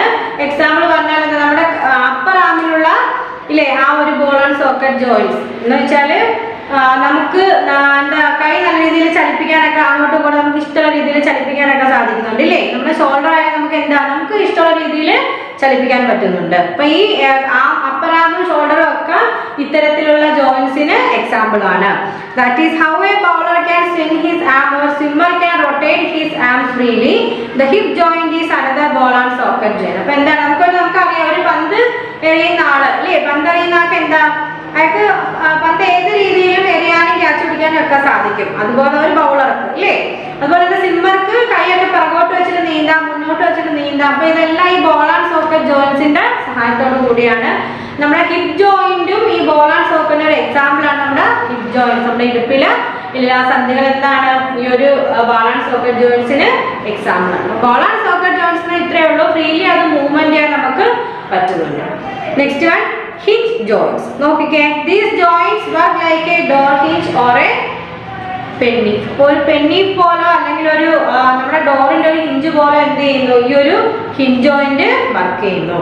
In this type of joint the convex surface of one bone fit into the concave surface of another bone. ഇതിൽ ചെയ്യുന്നത് എന്താന്ന് വെച്ചാൽ ഒരു ബോണിന്റെ കോൺവെക്സ് ഭാഗം മറ്റൊരു ബോണിന്റെ കോൺകേവ് ഭാഗമായിട്ട് എന്താണ് യോജിപ്പിച്ചേക്കുവാണ് അല്ലെ, അല്ലെങ്കിൽ join ചെയ്തേക്കുവാണ്. allowing the movement in only one direction. ഒരു ഡയറക്ഷനിലേ നമുക്ക് മൂവ്മെന്റ് സാധിക്കും. മറ്റേല് നമുക്ക് കൈ ഇങ്ങനെ ആക്കാം എല്ലാം ചെയ്യാന്ന് പറഞ്ഞു. ബോൾ ആൻഡ് സോക്കറ്റ് ജോയിൻസിൽ നമുക്ക് ഏത് രീതിയിൽ വേണം കൈ വർക്ക് ചെയ്യാം, പിറകോട്ട് ഇറക്കാം, മുമ്പോട്ട് ഇറക്കാം അല്ലേ, സൈഡിലേക്ക് മാറ്റാം, എല്ലാം ചെയ്യാം. അപ്പൊ ഈ ഒരു ഹിഞ്ച് ജോയിന്റിൽ ഒരു ഡയറക്ഷനിൽ മാത്രമേ മൂവ്മെന്റ് സാധ്യമാകുന്നുള്ളൂ. കാരണം ഒരു എല്ലിന്റെ കോൺവെക്സ് സൈഡ് മറ്റു എല്ലിന്റെ കോൺകേവ് സൈഡുമായിട്ട് ബന്ധിപ്പിച്ചേക്കുക അല്ലേ. നോക്കിക്കേ, for example the hinge joint at your elbow you allow you to bend your forearm and straighten. It does not let you bend your arm backward or sideways. The same is true of the knee joints. നോക്കിക്കേ, എന്ത് ചെയ്യുന്നു, നമ്മുടെ ഫോറാം ഇല്ലേ, ഫോറാം straighten ആക്കി വെക്കാൻ സഹായിക്കുന്നു. നമ്മുടെ elbow എന്ത് ചെയ്യുന്നു, നമുക്കതിനെ നമ്മുടെ എൽബോ അല്ലെങ്കിൽ നമ്മുടെ ഫോറാം ഒക്കെ നോക്കുകയാണെങ്കിൽ നമുക്ക് അതിനെ സ്ട്രെയിറ്റ് ചെയ്ത് വെക്കാനോ അല്ലെങ്കിൽ എന്ത് ചെയ്യുന്നു ബെൻഡ് ചെയ്യാനോ മാത്രമേ സാധിക്കുന്നുള്ളൂ. Okay, it does not let you bend your arm backward or side. അത് നമ്മൾ ആമിനെ ബാക്ക്വേർഡ് എന്താണ് സൈഡ് വേസിലോട്ട് മാറ്റാൻ സാധിക്കുന്നില്ല, അല്ല വളയ്ക്കാൻ സാധിക്കുന്നില്ല. Same is true of the നീ ജോയിന്റ്. നമ്മുടെ മുട്ടിലും ഇല്ലേ കാൽമുട്ടിലെയും ജോയിന്റ് ഇതേ ടൈപ്പ് തന്നെയാണ്. അപ്പൊ ഹിഞ്ച് ജോയിന്റ് എന്ന് വെച്ചാൽ നമുക്ക് എന്താണ് ഒരു രീതിയിലുള്ള ഡയറക്ഷൻ മാത്രമേ ചലനം മാത്രമേ സാധ്യമാകുന്നുള്ളൂ. ഒരു ബോണിന്റെ കോൺവെക്സ് സൈഡിനെ മറ്റു ബോണിന്റെ കോൺകേവ് സൈഡുമായിട്ട് ബന്ധിപ്പിച്ച് ജോയിൻ ചെയ്തിരിക്കുകയാണ്. നെക്സ്റ്റ് ആണ് പിവോട്ട് ജോയിന്റ്സ്. നോക്കിക്കേ, in such joints a bony ring rotates around a pivot axis or stick-like bone. Okay, this allows twisting movement about the joint. The head moves from side to side because it rests on a pivot joint at the top of our spine. അപ്പോൾ എന്താണ് ഈ pivot ജോയിന്റ്സിൽ നമുക്ക് സൈഡിൽ നിന്ന് അല്ലേ സൈഡിലേക്കാണ് ചലനം സാധ്യമാകുന്നത്. അതായത് നമുക്ക് നമ്മുടെ തലയിൽ ഒരു സൈഡിൽ നിന്ന് അല്ലേ ഇപ്പോഴും സൈഡിലോട്ട് നമുക്ക് കൊണ്ടുവരാൻ പറ്റുന്നു. അപ്പോൾ ഒരു സൈഡിൽ നിന്ന് സൈഡിലോട്ട് നമുക്ക് എന്താണ് ഒരു മൂവ്മെന്റ് സാധ്യമാക്കി തരുന്നു. ഏത് joints? Pivot joints. Next one gliding joints. നോക്കിക്കേ, such joints occur between the vertebrae and between the bones of the wrist and ankles. അപ്പൊ നമ്മുടെ എന്താണ് കണങ്കാലിലെയും അതുപോലെ തന്നെ ബ്രിസ്റ്റിലെ നമ്മുടെ എന്താണ് അരക്കെട്ടിലെ അസ്ഥികൾക്കിടയിൽ രൂപമുള്ള കശേരുകൾക്കിടയിൽ രൂപമുള്ള ജോയിന്റ്സ് ആണ് നമ്മുടെ ഗ്ലൈഡിംഗ് ജോയിന്റ്സ് എന്ന് പറയുന്നത്. The cartilage between these bones allows small movement. അപ്പോൾ ഇതിൻ്റെ അകത്തുള്ള ആ കാർട്ടിലേജ് എല്ലുകൾക്കെല്ലാം കാർട്ടിലേജിൽ എന്താ ചെറിയ മൂവ്മെന്റ് മാത്രമേ സാധ്യമാകുന്നുള്ളൂ. Somewhat like the movement of a spring, there are not freely moving joints. അപ്പോൾ എന്താണ് ചെറിയ ചലനം മാത്രമേ നമുക്ക് സാധ്യമാകുന്നുള്ളൂ. These are not freely moving joints. ഇവയെല്ലാം എന്താണ് ഫ്രീ ആയിട്ട് മൂവ് ചെയ്യുന്ന ജോയിന്റ്സ് അല്ല. അപ്പോൾ ഗ്ലൈഡിംഗ് ജോയിന്റ്സ് എന്ന് വെച്ചാൽ നമ്മുടെ കണങ്കാല് അതുപോലെ തന്നെ നമ്മളെ എന്താ അരക്കെട്ട് അവിടെ എല്ലാം രൂപമുള്ള എല്ലുകൾക്കിടയിൽ രൂപമുള്ള കശേരുകൾക്കിടയിൽ രൂപം കൊള്ളുന്ന അതിൻ്റെ ഇടയിൽ ഒക്കർ ചെയ്യുന്ന ജോയിന്റ്സ് ആണ് ഗ്ലൈഡിംഗ് ജോയിന്റ്സ് എന്ന് പറയുന്നത്. ചെറിയ ചലനം മാത്രമേ സാധ്യമാകുന്നുള്ളൂ, ഫ്രീലി മൂവ് ചെയ്യുന്ന ജോയിന്റ്സ് അല്ല. നമ്മൾ ജോയിന്റ്സിനെ തന്നെ രണ്ടായിട്ട് ക്ലാസിഫൈ ചെയ്യുന്നത് പറഞ്ഞു, ഫിക്സഡ് ജോയിന്റ്സും മൂവബിൾ ജോയിന്റ്സും. ഫിക്സഡ് ജോയിന്റ്സ് എന്താണെന്ന് നമ്മൾ പഠിച്ചു. അതുപോലെ തന്നെ മൂവബിൾ ജോയിന്റ്സിനെ നമ്മൾ ball and socket joints, hinge joints, pivot joints, gliding joints ഇത്തരത്തിൽ വീണ്ടും ക്ലാസിഫൈ ചെയ്ത് നോക്കുന്നുണ്ട്. ഓക്കെ, നെക്സ്റ്റ് നമ്മൾ നോക്കുന്നത് മൂവ്മെന്റ് ആണ്. നമ്മുടെ മൂവ്മെന്റിനെ കുറിച്ചാണ്.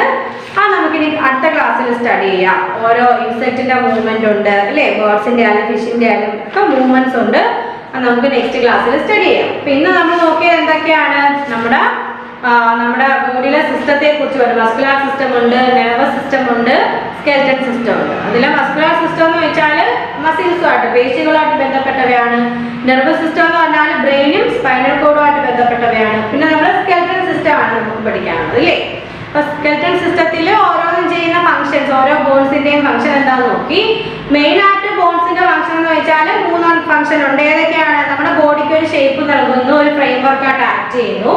പിന്നെ എന്താ പറഞ്ഞത്, നമ്മുടെ ഇന്റേണൽ ഓർഗൻസിനെ പ്രൊട്ടക്ട് ചെയ്യുന്നുണ്ട്. അതുപോലെ തന്നെ മൂവ് ചെയ്യാനായിട്ട് നമ്മളെ സഹായിക്കുന്നത്. ഇത് 3ആണ് ബോൺസിന്റെ പ്രധാനപ്പെട്ട ഫംഗ്ഷൻ എന്ന് പറഞ്ഞത്.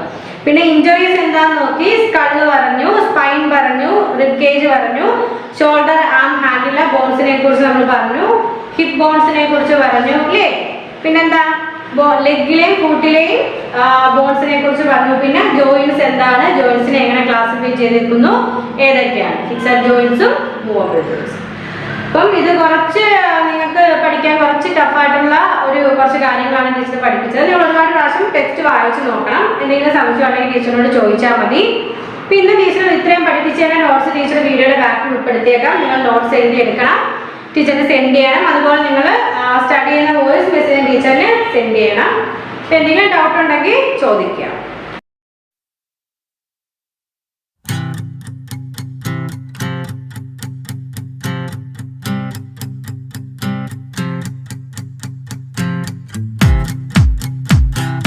ഇനി നമുക്ക് കുറച്ച് സോഷ്യൽ സ്റ്റഡീസ് പഠിച്ചാലോ?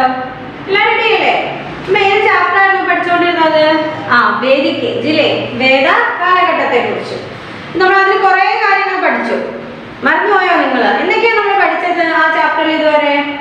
വേദിക് ഏജിനെ കുറിച്ച് നമ്മൾ പഠിച്ചു. വേദിക് ഏജിനെ നമ്മൾ രണ്ടായിട്ട് ക്ലാസിഫൈ ചെയ്യുന്നുണ്ട്. ഏർലി വേദിക് പീരീഡ് എന്നും ലേറ്റർ വേദിക് പീരീഡ് എന്നും. പിന്നെ നമ്മൾ ഏർലി വേദിക് പീരീഡിലുള്ള പ്രധാനപ്പെട്ട പഠിച്ച ഋഗ്വേദ ആ ടൈമിലാണ് എഴുതിയെന്ന് നമ്മൾ പറഞ്ഞു അല്ലേ? 4 വേദങ്ങൾ പഠിച്ചു. ഋഗ്വേദ, സമവേദ, അഥർവവേദ, യജുർവേദ, അങ്ങനെ 4 വേദങ്ങൾ ഉണ്ടെന്ന് പറഞ്ഞു. ആ വേദങ്ങള് അതിൽ ഋഗ്വേദ എഴുതപ്പെട്ട കാലഘട്ടം ഏതാണ്? ഏർലി വേദിക് പീരീഡ് ആയിരുന്നു അല്ലേ? അപ്പം അന്നത്തെ കാലത്ത് ആ ഒരു പൊളിറ്റിക്കൽ ലൈഫ്, ഏർലി വേദിക് പീരീഡിലുള്ള പൊളിറ്റിക്കൽ ലൈഫ് എങ്ങനെയായിരുന്നു? അവരുടെ ആ ഒരു ഓക്യുപ്പേഷൻ, അന്നത്തെ അവരുടെ ഓക്യുപ്പേഷനും അമ്യൂസ്മെന്റും അല്ലെ, അവരുടെ വിനോദങ്ങളും തൊഴിലും എന്തായിരുന്നു, അതുപോലെ അവരുടെ റിലീജിയൻ എങ്ങനെയാണ്, അവരുടെ സോഷ്യൽ ലൈഫ് എങ്ങനെയാണ് ഒക്കെ നമ്മൾ നോക്കി. അതുപോലെ നമ്മൾ ലേറ്റർ വേദിക് പീരീഡ് പറഞ്ഞു. ലേറ്റർ വേദിക് പീരീഡിന്റെ ആ ടൈം എപ്പോഴാണ്? അറൌണ്ട് 1000 BC അല്ലേ? ആ ഒരു ബിഗിനിങ് 1000 BC. എന്താ at the beginning of the later Vedic period around 1000 BC. 1000 BCയിൽ ആ ഒരു ബിഗിനിങ് ആണ് നമ്മുടെ ഈ ഒരു ലേറ്റർ വേദിക് പീരീഡ് എന്ന് പറയുന്നത്. അതെന്നാ അവസാനിച്ച എന്നാണ്? End of later Vedic period എന്ന് പറഞ്ഞാൽ അറൌണ്ട് 600 BC ആയിരുന്നു. അപ്പോൾ ലേറ്റർ വേദിക് പീരീഡിലെയും ആളുകളുടെ പൊളിറ്റിക്കൽ ലൈഫ് എങ്ങനെയായിരുന്നു, അവരുടെ ഓക്യുപ്പേഷനും വിനോദ അമ്യൂസ്മെന്റും എങ്ങനെയായിരുന്നു, അവരുടെ സോഷ്യൽ ലൈഫ് എങ്ങനെയാണ്, ഈ ലേറ്റർ വേദിക് പീരീഡിലെ ആളുകളുടെ സോഷ്യൽ ലൈഫ് എന്തായിരുന്നു, അവരുടെ റിലീജിയൻ, എഡ്യൂക്കേഷൻ, ഈ കാര്യങ്ങളൊക്കെ നമ്മൾ കഴിഞ്ഞ ക്ലാസ്സുകളിൽ പഠിച്ചു. പിന്നെ നമുക്ക് ബാക്കി കുറച്ച് കാര്യങ്ങളും കൂടി ഈ ചാപ്റ്ററിൽ പഠിക്കാനുണ്ട്. അത് നമുക്കിത് നോക്കാം. ഓക്കെ, എല്ലാം റെഡി അല്ലേ? ഇന്ന് നമ്മൾ പഠിക്കുന്നത് neolithic, chalcolithic and megalithic cultures in India. ഇന്ത്യയിലെ നിയോലിത്തിക് ആളുകളുടെയും ചാൾക്കോലിത്തിക് ആളുകളുടെയും മെഗാലിത്തിക് ആളുകളുടെയും ആ ഒരു കൾച്ചർ, സംസ്കാരത്തെ കുറിച്ചാണ് നമ്മൾ നോക്കുന്നത്. നോക്കിക്കേ, during the Vedic period neolithic, chalcolithic and megalithic cultures flourished in various parts of India such as the Deccan, Rajasthan, Kashmir and the southern most parts of India. അപ്പോൾ എന്താണ് ആ ഒരു വേദിക് പീരീഡിൽ, ആ ഒരു കാലഘട്ടത്തിൽ നമ്മുടെ നിയോലിത്തിക്, ചാൾക്കോലിത്തിക്, മെഗാലിത്തിക് സംസ്കാരം നമ്മുടെ ഇന്ത്യയുടെ പല ഭാഗത്തും ഫ്ലറിഷ്ഡ് ആയി അല്ലേ? വ്യാപിച്ചു. എവിടെയൊക്കെയാണ്? ഡെക്കാൻ, രാജസ്ഥാൻ, കാശ്മീർ, അതുപോലെ തന്നെ നമ്മുടെ ഇന്ത്യയിലെ സൗത്തേൺ മോസ്റ്റ് പാർട്സിലെല്ലാം, ഇന്ത്യയുടെ സൗത്തേൺ മോസ്റ്റ് പാർട്സിലെല്ലാം ഈ നിയോലിത്തിക്, ചാൾക്കോലിത്തിക്, മെഗാലിത്തിക് സംസ്കാരം വ്യാപിച്ചു. A lot of information about these cultures has been gathered by studying graves. അല്ലേ? നമുക്ക് ഈ എന്താണ് ഇൻഫർമേഷൻ കിട്ടിയത്, ഈ ഒരു കൾച്ചേഴ്സിനെ കുറിച്ച് നമുക്ക് കൂടുതൽ ഇൻഫർമേഷൻ കിട്ടിയത് എവിടെ നിന്നാണ്? നമ്മൾ ഗ്രേവ്സിലെ ശവക്കുഴികൾ ഒക്കെ പഠിക്കാൻ തുടങ്ങിയ സമയത്താണ് ഇതിനെ കുറിച്ച് കൂടുതൽ ഇൻഫർമേഷൻ നമുക്ക് കിട്ടുന്നത്. Historian can learn a lot of things by studying graves. എന്താണ് നമ്മുടെ ഈ ഒരു ഗ്രേവ്സിലുള്ള പല പല തിങ്സിനെ കുറിച്ച് ഹിസ്റ്റോറിയൻസ് പഠനം നടത്തി, ചരിത്രകാരന്മാർ പഠിക്കാൻ തുടങ്ങി. By examining a skeleton, for instance, they can find out the sex, age of the dead person, and the goods placed in a grave give them ideas about the social and economic status of the dead person. എന്താണ് ഈ ഒരു Graves പരിശോധിക്കാൻ തുടങ്ങിയപ്പോൾ, ശവക്കുഴികൾ നോക്കാൻ തുടങ്ങിയപ്പോൾ അതിന്റെ നമുക്ക് skeleton കിട്ടും ഇല്ലേ? അസ്ഥികൂടം കിട്ടും. അപ്പൊ ആ അസ്ഥികൂടം എടുത്ത് ചരിത്രകാരന്മാർ നോക്കുമ്പോൾ അവർക്ക് മരിച്ചത് ആണാണോ പെണ്ണാണോ എന്ന് അറിയാൻ പറ്റും. അതുപോലെ തന്നെ ആ അസ്ഥികൂടത്തിന്റെ ഏജ്, ആ ഒരു ആൾക്കുണ്ടായിരുന്ന ഏജ് എത്രയാണ്, അതൊക്കെ അവർക്ക് പഠിക്കാൻ പറ്റും, അവർക്ക് മനസ്സിലാക്കാൻ പറ്റും. അതുപോലെ ഗ്രേവ്സിന്റെ അകത്തിടുന്ന സാധനങ്ങൾ പരിശോധിക്കുമ്പോൾ ഈ ചരിത്രകാരന്മാർക്ക് മനസ്സിലാവും എന്താണ് ആ ഡെഡ് പേഴ്സന്റെ എക്കണോമിക് ആൻഡ് സോഷ്യൽ സ്റ്റാറ്റസ്, അയാൾക്ക് ആ സമൂഹത്തിൽ ഉണ്ടായിരുന്ന അയാളുടെ സാമ്പത്തികമായിട്ട് എത്രമാത്രം, അയാളുടെ സാമ്പത്തികമായിട്ട് എത്രമാത്രം മുന്നോട്ടായിരുന്നോ പിന്നോട്ടാണ് എന്നുള്ള കാര്യങ്ങളൊക്കെ ആ ഗ്രേവ്സിൽ നിന്ന് കിട്ടുന്ന സാധനങ്ങൾ പഠിക്കുമ്പോൾ മനസ്സിലാക്കാൻ സാധിച്ചിരുന്നു. അപ്പൊ നമ്മൾ പറഞ്ഞു നമ്മുടെ ഈ ഒരു നിയോലിത്തിക്, ചാൾക്കോലിത്തിക്, മെഗാലിത്തിക് കൾച്ചേഴ്സ് നമ്മുടെ വേദിക് പീരീഡിൽ അല്ലേ, വേദ കാലഘട്ടത്തിൽ ഇന്ത്യയുടെ പല ഭാഗങ്ങളിലും ഫ്ലറിഷ്ഡാവാൻ തുടങ്ങി. എവിടെയൊക്കെയാ? രാജസ്ഥാൻ, കാശ്മീർ, ഡെക്കാൻ ആൻഡ് ഇന്ത്യയുടെ സൗത്ത് മോസ്റ്റ് പാർട്ടിലെല്ലാം അല്ലേ, സൗത്ത് മോസ്റ്റ് പാർട്സിലെല്ലാം ഈ ഒരു കൾച്ചർ, ഈ സംസ്കാരം വ്യാപിക്കാൻ തുടങ്ങി. അതുപോലെ ഹിസ്റ്റോറിയൻസ് എന്ത് പരിശോധിക്കുമ്പോൾ അതിനെക്കുറിച്ച് നമുക്ക് കൂടുതൽ അറിവ് അല്ലെങ്കിൽ ഇൻഫർമേഷൻ കിട്ടിയത് ഈ ഗ്രേവ്സ് പരിശോധിക്കുമ്പോഴായിരുന്നു. അപ്പൊ അതിൻ്റെ അകത്തുള്ള സ്കെൽറ്റൻ എടുത്ത് നോക്കുമ്പോൾ അറിയാം മരിച്ച ആളുടെ സെക്സും ഏജും ഒക്കെ. അതുപോലെ ഗ്രേവ്സിൽ നിന്ന് കിട്ടുന്ന സാധനങ്ങൾ നോക്കുമ്പോഴറിയാം ആ ഒരു മരിച്ച വ്യക്തിയുടെ എക്കണോമിക് ആൻഡ് സോഷ്യൽ സ്റ്റാറ്റസ് എന്തായിരുന്നു എന്നുള്ളത്. ഇനി പിറ്റ് ബ്യൂറൽസ് ഇല്ലേ, കുഴി, ശ്മശാന കുഴികൾ. And many Neolithic and Chalcolithic sites, the dead were buried in pits. അപ്പൊ നിയോലിത്തിക് ആൻഡ് ചാൽക്കോളിത്തിക് സൈറ്റ് നമ്മൾ നോക്കുകയാണെങ്കിൽ മിക്ക നമുക്ക് ശവക്കുഴികൾ കിട്ടിയിട്ടുണ്ട് അല്ലേ. മിക്ക മരിച്ചവരെ അടക്കിയിരുന്നത് കുഴികളിലായിരുന്നു. The grave goods found in such pit burials usually include pots probably filled with food and water at the time of burial. അപ്പൊ എന്താണ് ഈ അടക്കിയിരുന്ന കുഴികൾ, ഈ മരിച്ചവരെ അടക്കിയിരുന്ന കുഴികൾ നോക്കുകയാണെങ്കിൽ അതിൻ്റെ അകത്തൊരു കുടം കാണും, ഒരു പോട്ട് കാണും അല്ലെ. അതിൻ്റെ അകത്ത് എന്താണ് ഫുഡും വാട്ടറും ഒക്കെ ഫില്ല് ചെയ്തിട്ട് അതുകൂടി വെച്ചിട്ടായിരിക്കും ആ ആളെ അതിൻ്റെ അകത്ത് അടക്കം ചെയ്തിരുന്നത്. Many of these are of the type known as black and red bear. Some of these have spouts and some have long narrow neck and round bodies. അപ്പൊ ഇതേപോലെ ഇവർക്ക് ഫുഡും ഒക്കെ വെള്ളവും ഒക്കെ കൊടുക്കുന്ന ആ പോട്ട് ചിലപ്പോൾ ചുമപ്പ് അല്ലെങ്കിൽ ഏത് കളറാണ്? റെഡ് കളർ അല്ലെ, റെഡ് അല്ലെങ്കിൽ ബ്ലാക്ക് കളർ അല്ലേ, ചുമപ്പ് അല്ലെങ്കിൽ കറുത്ത കളറിലുള്ളതായിരിക്കും.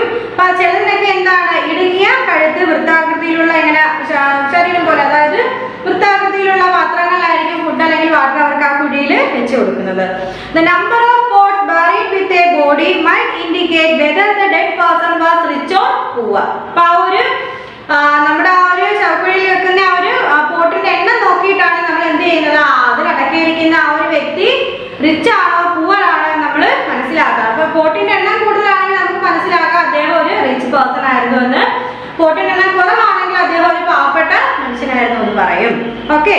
Besides pot, ornaments and tools have also been found in many pit graves. അപ്പൊ ഈ ഒരു ശവക്കുഴികളിൽ നിന്ന് ഈ പോട്ട് മാത്രമല്ല നമുക്ക് കിട്ടിയിട്ടുള്ളത്, ഓർണമെന്റ്സും ടൂൾസും ഒക്കെ ഈ കുഴികളിൽ നിന്ന് ഇങ്ങനെ കിട്ടിയിട്ടുണ്ട്. At some site in Maharashtra, for example, graves have yielded bangles made of copper and shell and beds made of shell, copper, bone, fans, etc. അപ്പൊ ഇതേപോലെ ഈ കുഴിക്കകത്ത് നിന്ന് ഷെൽസും അല്ലെ ബെഡും കോപ്പർ വളകളും ഒക്കെ കിട്ടിയിട്ടുണ്ട്. പല പല സാധനങ്ങൾ ഇതേപോലെ കിട്ടിയിട്ടുണ്ട്. മഹാരാഷ്ട്രയിലെ പല സൈറ്റുകളിൽ നിന്ന് ഇത്തരം കാര്യങ്ങളൊക്കെ നമുക്ക് കിട്ടിയിട്ടുണ്ട്. The beds are done on cotton and silk thread. Possibly these are graves of rich people. അപ്പൊ എന്താണ് പരുത്തിയിലും ഈ കോട്ടണിലും എന്താ സിൽക്കിലും ഒക്കെ ഇങ്ങനെ വെച്ചിട്ടുള്ള അല്ലെങ്കിൽ കൊടുത്തിട്ടുള്ള മുത്തുകളൊക്കെ ഈ കുഴികളിൽ നിന്ന് കിട്ടിയിട്ടുണ്ട്. അപ്പൊ അത് കാണുമ്പോൾ നമുക്ക് മനസ്സിലാവുക എന്താണ് ആ മരിച്ച ഒരാള് എന്താ ഒരു റിച്ച് പീപ്പിൾ ആണെന്ന് മനസ്സിലാക്കാൻ സാധിക്കും. Some pits have been found to contain more than one skeleton, each with its own grave goods. The grave goods in a single pit sometimes differ greatly in quality. This suggests that rich and poor people were sometimes buried in the same pit. അപ്പോൾ എന്താണ് ഒരു കുഴിയിൽ നിന്ന് തന്നെ ചിലപ്പോൾ രണ്ട് skeleton ഒക്കെ കിട്ടിയിരിക്കും അല്ലേ, രണ്ട് അസ്ഥികൂടമൊക്കെ കിട്ടുന്ന സമയമുണ്ട്. അപ്പൊ അതിൻ്റെ അകത്ത് എന്താണ് ഗ്രേവ് ഗുഡ്സ് ഒക്കെ കാണും. ആ ചില കുഴികളിൽ എന്താണ് ക്വാളിറ്റി ഗുഡ്സ് ഒക്കെ ആയിരിക്കും നമുക്ക് കാണാൻ സാധിക്കുന്നത്. റിച്ച് പീപ്പിളിനെയും പുവർ പീപ്പിളിനെയും ഒരു കുഴിയിൽ തന്നെ അടക്കിയിരുന്നു എന്ന് നമുക്ക് കാണിച്ചു തരുന്നത്. കാരണം ചില കുഴിയിൽ നിന്ന് രണ്ട് സ്കെൽറ്റനുകൾ നമുക്ക് കിട്ടാറുണ്ട്. ഇനി ഇനാംഗാവ് നോക്കിക്കേ. ഇനാംഗാവ് എന്താന്ന് വെച്ചാല് among the Chalcolithic sites where pit burials have been found in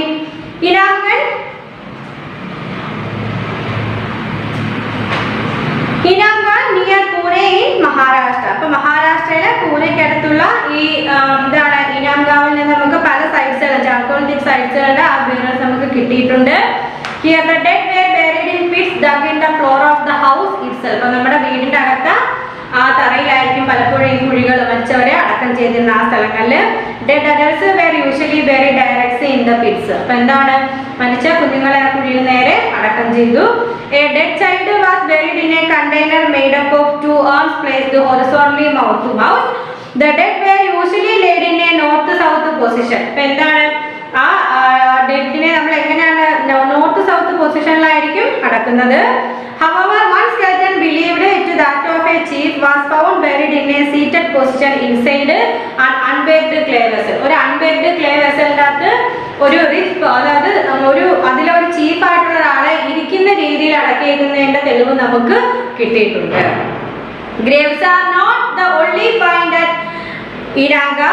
Other finds at the sites include large four-legged storage vessels, the remains of mud houses and various plant and animals remain. നമുക്ക് ഈ ശവക്കുഴികൾ മാത്രമല്ല ഇവിടുന്ന് കിട്ടിയിട്ടുള്ള തെളിവ്, പിന്നെന്താണ് നമുക്ക് പലതരത്തിൽ, അതായത് 4 ലെഗുള്ള സ്റ്റോറേജ് വെസൽ നമുക്ക് കിട്ടിയിട്ടുണ്ട്. അതുപോലെ മഡ് ഹൗസിന്റെ റിമൈൻസ് അവശിഷ്ടങ്ങൾ കിട്ടിയിട്ടുണ്ട്.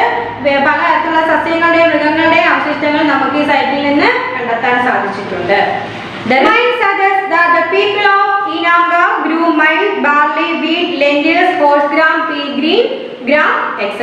അപ്പൊ എന്താണ് ഈ പല അവശിഷ്ടങ്ങളും നമുക്ക് കാണിച്ചു തരുന്നത് ഈ എന്താണ് ഇനാങ്കാവിലെ ആ ആൾക്കാര് വീറ്റും ബാർലിയും ഗ്രീൻ പീസും അതുപോലെ തന്നെ ഗ്രാമിലെ ഹോഴ്സ് ഗ്രാമും ഒക്കെ വളർത്തിയിരുന്നു എന്നതിനുള്ള തെളിവ് നമുക്ക് തരുന്നുണ്ട്. And collected fruits such as jujube and wild date, ഇപ്പൊ പലതരത്തിലുള്ള ഫ്രൂട്ട്സും അവർ വളർത്തിയിരുന്നു. അതിനുശേഷം the buffalo, sheep, goat, deer, antelope and nilgiri were among the animals known to the people of Inanga. അപ്പൊ എന്താണ് ബഫല്ലോ, അതുപോലെ തന്നെ ഷീപ്പ്, ഗോട്ട്, പിന്നെന്താണ് ഷീപ്പ്, മാന്, അപ്പൊ ഇത്തരത്തിലുള്ള മൃഗങ്ങളെയൊക്കെ ഇവർക്ക് അറിയാം എന്നുള്ളതിന് തെളിവ് നമുക്ക് കിട്ടിയിട്ടുണ്ട്.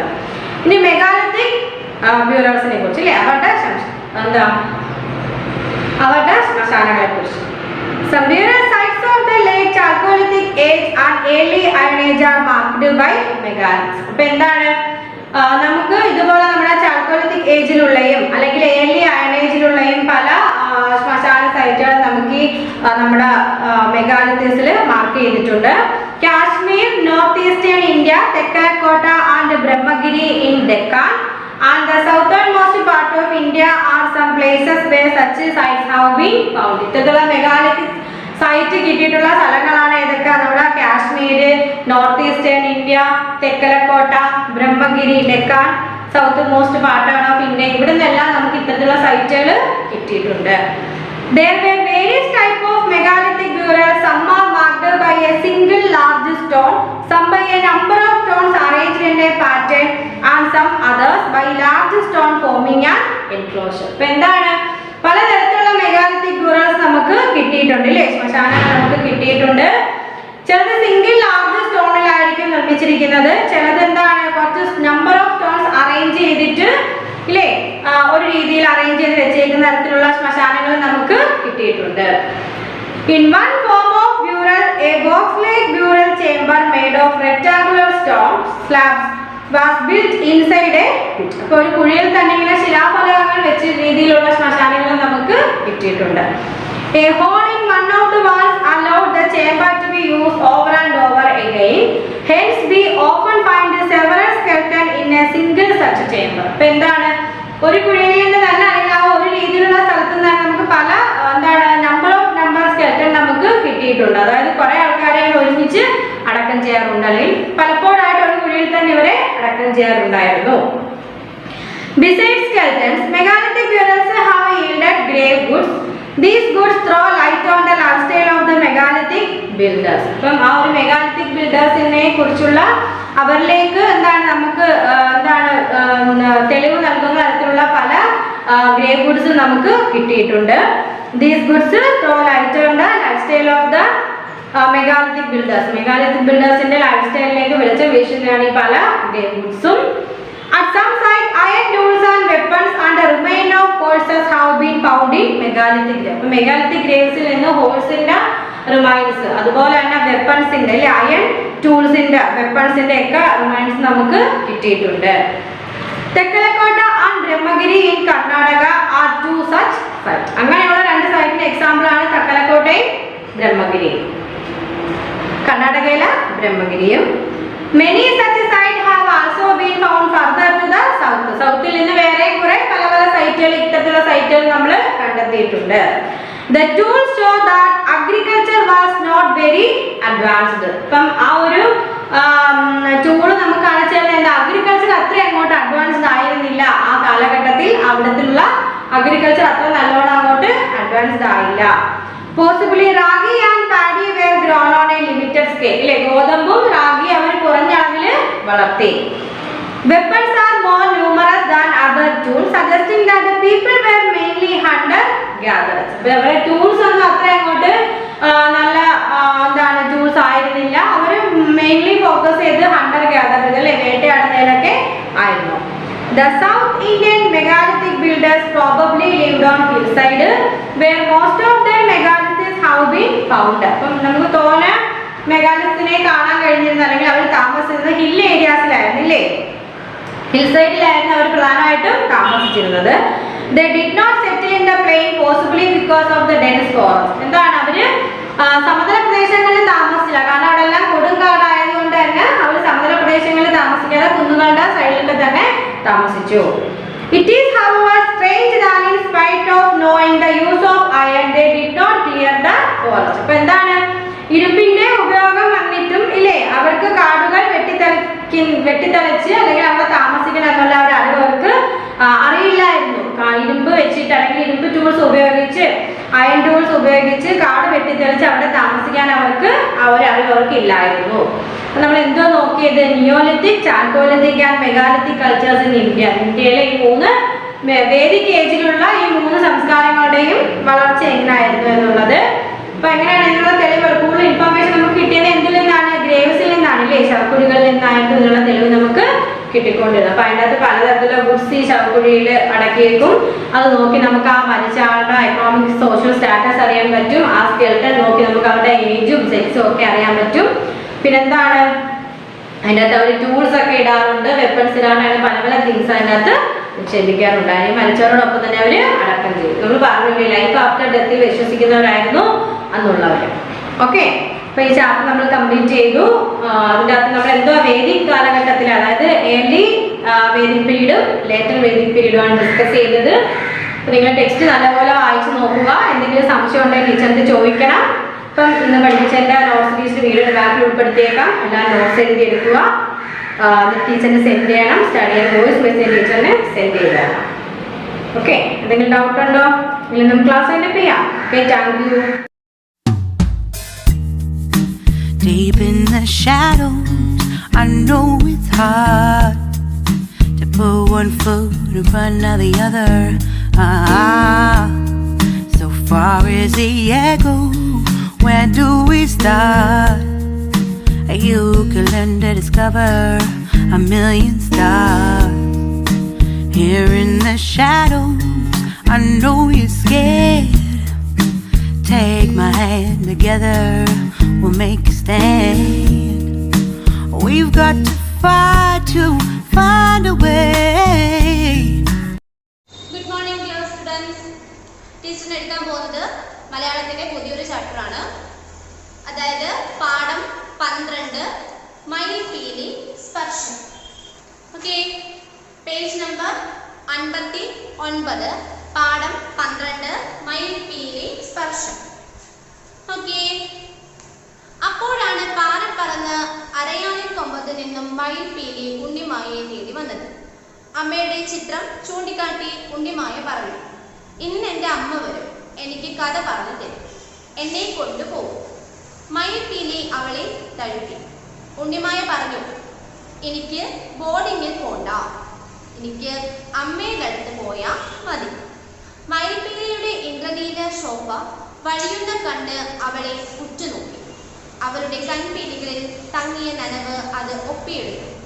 മയിൽപീലിയോട് ഉണ്ണിമായ ആവശ്യപ്പെട്ടു, എനിക്ക് അമ്മയെ കാണണം, കഥ കേൾക്കണം, ഇപ്പോ വേണം. അപ്പോ ഈ കുട്ടി എന്താണ് ഇങ്ങനെ നിന്നപ്പോ അരയാലിൻ കൊമ്പത്തിൽ നിന്നും, ഒരു അരയാലിന്റെ അടുത്ത് നിന്നും ഒരു മയിൽപീലി എന്ത് ചെയ്തു, കാറ്റത്ത് ഇങ്ങനെ പറന്ന് അവളെ തേടി വരുന്നത് പോലെ അവളുടെ അടുത്തുകൊണ്ട് വന്നു. അപ്പോൾ അവൾ എന്ത് ചെയ്തു, അമ്മയുടെ ചിത്രം ചൂണ്ടിക്കാട്ടിയിട്ട് ഉണ്ണിമായ പറഞ്ഞു, അമ്മയുടെ ഒരു ചിത്രം, ഒരു പടം അവിടെ ഇരിക്കുന്നു, ആ പടം ചൂണ്ടിക്കാട്ടിയിട്ട് ഉണ്ണിമായ പറയാണ്, ഇന്ന് എൻ്റെ അമ്മ വരും, എനിക്ക് കഥ പറഞ്ഞു തരും, എന്നെ കൊണ്ടുപോകും. അല്ലെ പറയണം, ഇന്ന് എൻ്റെ അമ്മ വരും, എനിക്ക് കഥയൊക്കെ പറഞ്ഞു തരും, എന്നെ ഇവിടുന്ന് കൂട്ടിക്കൊണ്ട് പോവുകയും ചെയ്യുന്ന ആരോട് പറഞ്ഞു? മയിൽപീലിയോട് പറഞ്ഞു. മയിൽപീലി അവളെ തഴുകി. അല്ലെ കാറ്റിങ്ങനെ പറന്ന് വന്ന അവളുടെ അടുത്ത് മയിൽപീലി ഇങ്ങനെ അവളുടെ ദേഹത്തോട് തൊട്ടിങ്ങനെ പോയി. ഉണ്ണിമായ പറഞ്ഞു, എനിക്ക് ബോർഡിങ്ങിൽ പോകണ്ട, എനിക്ക് അമ്മയുടെ അടുത്ത് പോയാൽ മതി. അല്ലെ അപ്പൊ എന്തോ ബോർഡിങ്ങിൽ ഇതെന്തോ പഠിക്കുകയാണ് ഈ കുട്ടി. അപ്പൊ പറയാണ് എനിക്ക് ബോർഡിങ്ങിലൊന്നും നിൽക്കണ്ട, എനിക്ക് എൻ്റെ അമ്മയുടെ വീട്ടിൽ പോയാൽ മതി എന്ന് പറയുന്നു. മയിൽപീലിയുടെ ഇന്ദ്രനീല ശോഭ വഴിയൊന്ന് കണ്ട് അവളെ ഉറ്റുനോക്കി അല്ലേ. മയിൽപീലി നമുക്കറിയാം അല്ലെ, മയിൽപീലിയുടെ അതിനകത്തൊരു കണ്ണ് പോലെ ഉണ്ടല്ലേ അല്ലെ, ഒരു മഞ്ഞ നിറത്തിൽ കണ്ണ് പോലെയുള്ള ആ കണ്ണ് പോലെയുള്ള അതെന്ത് ചെയ്തു, ഉണ്ണിമായി തന്നെ നോക്കുന്നത് പോലെ അവൾക്ക് തോന്നി.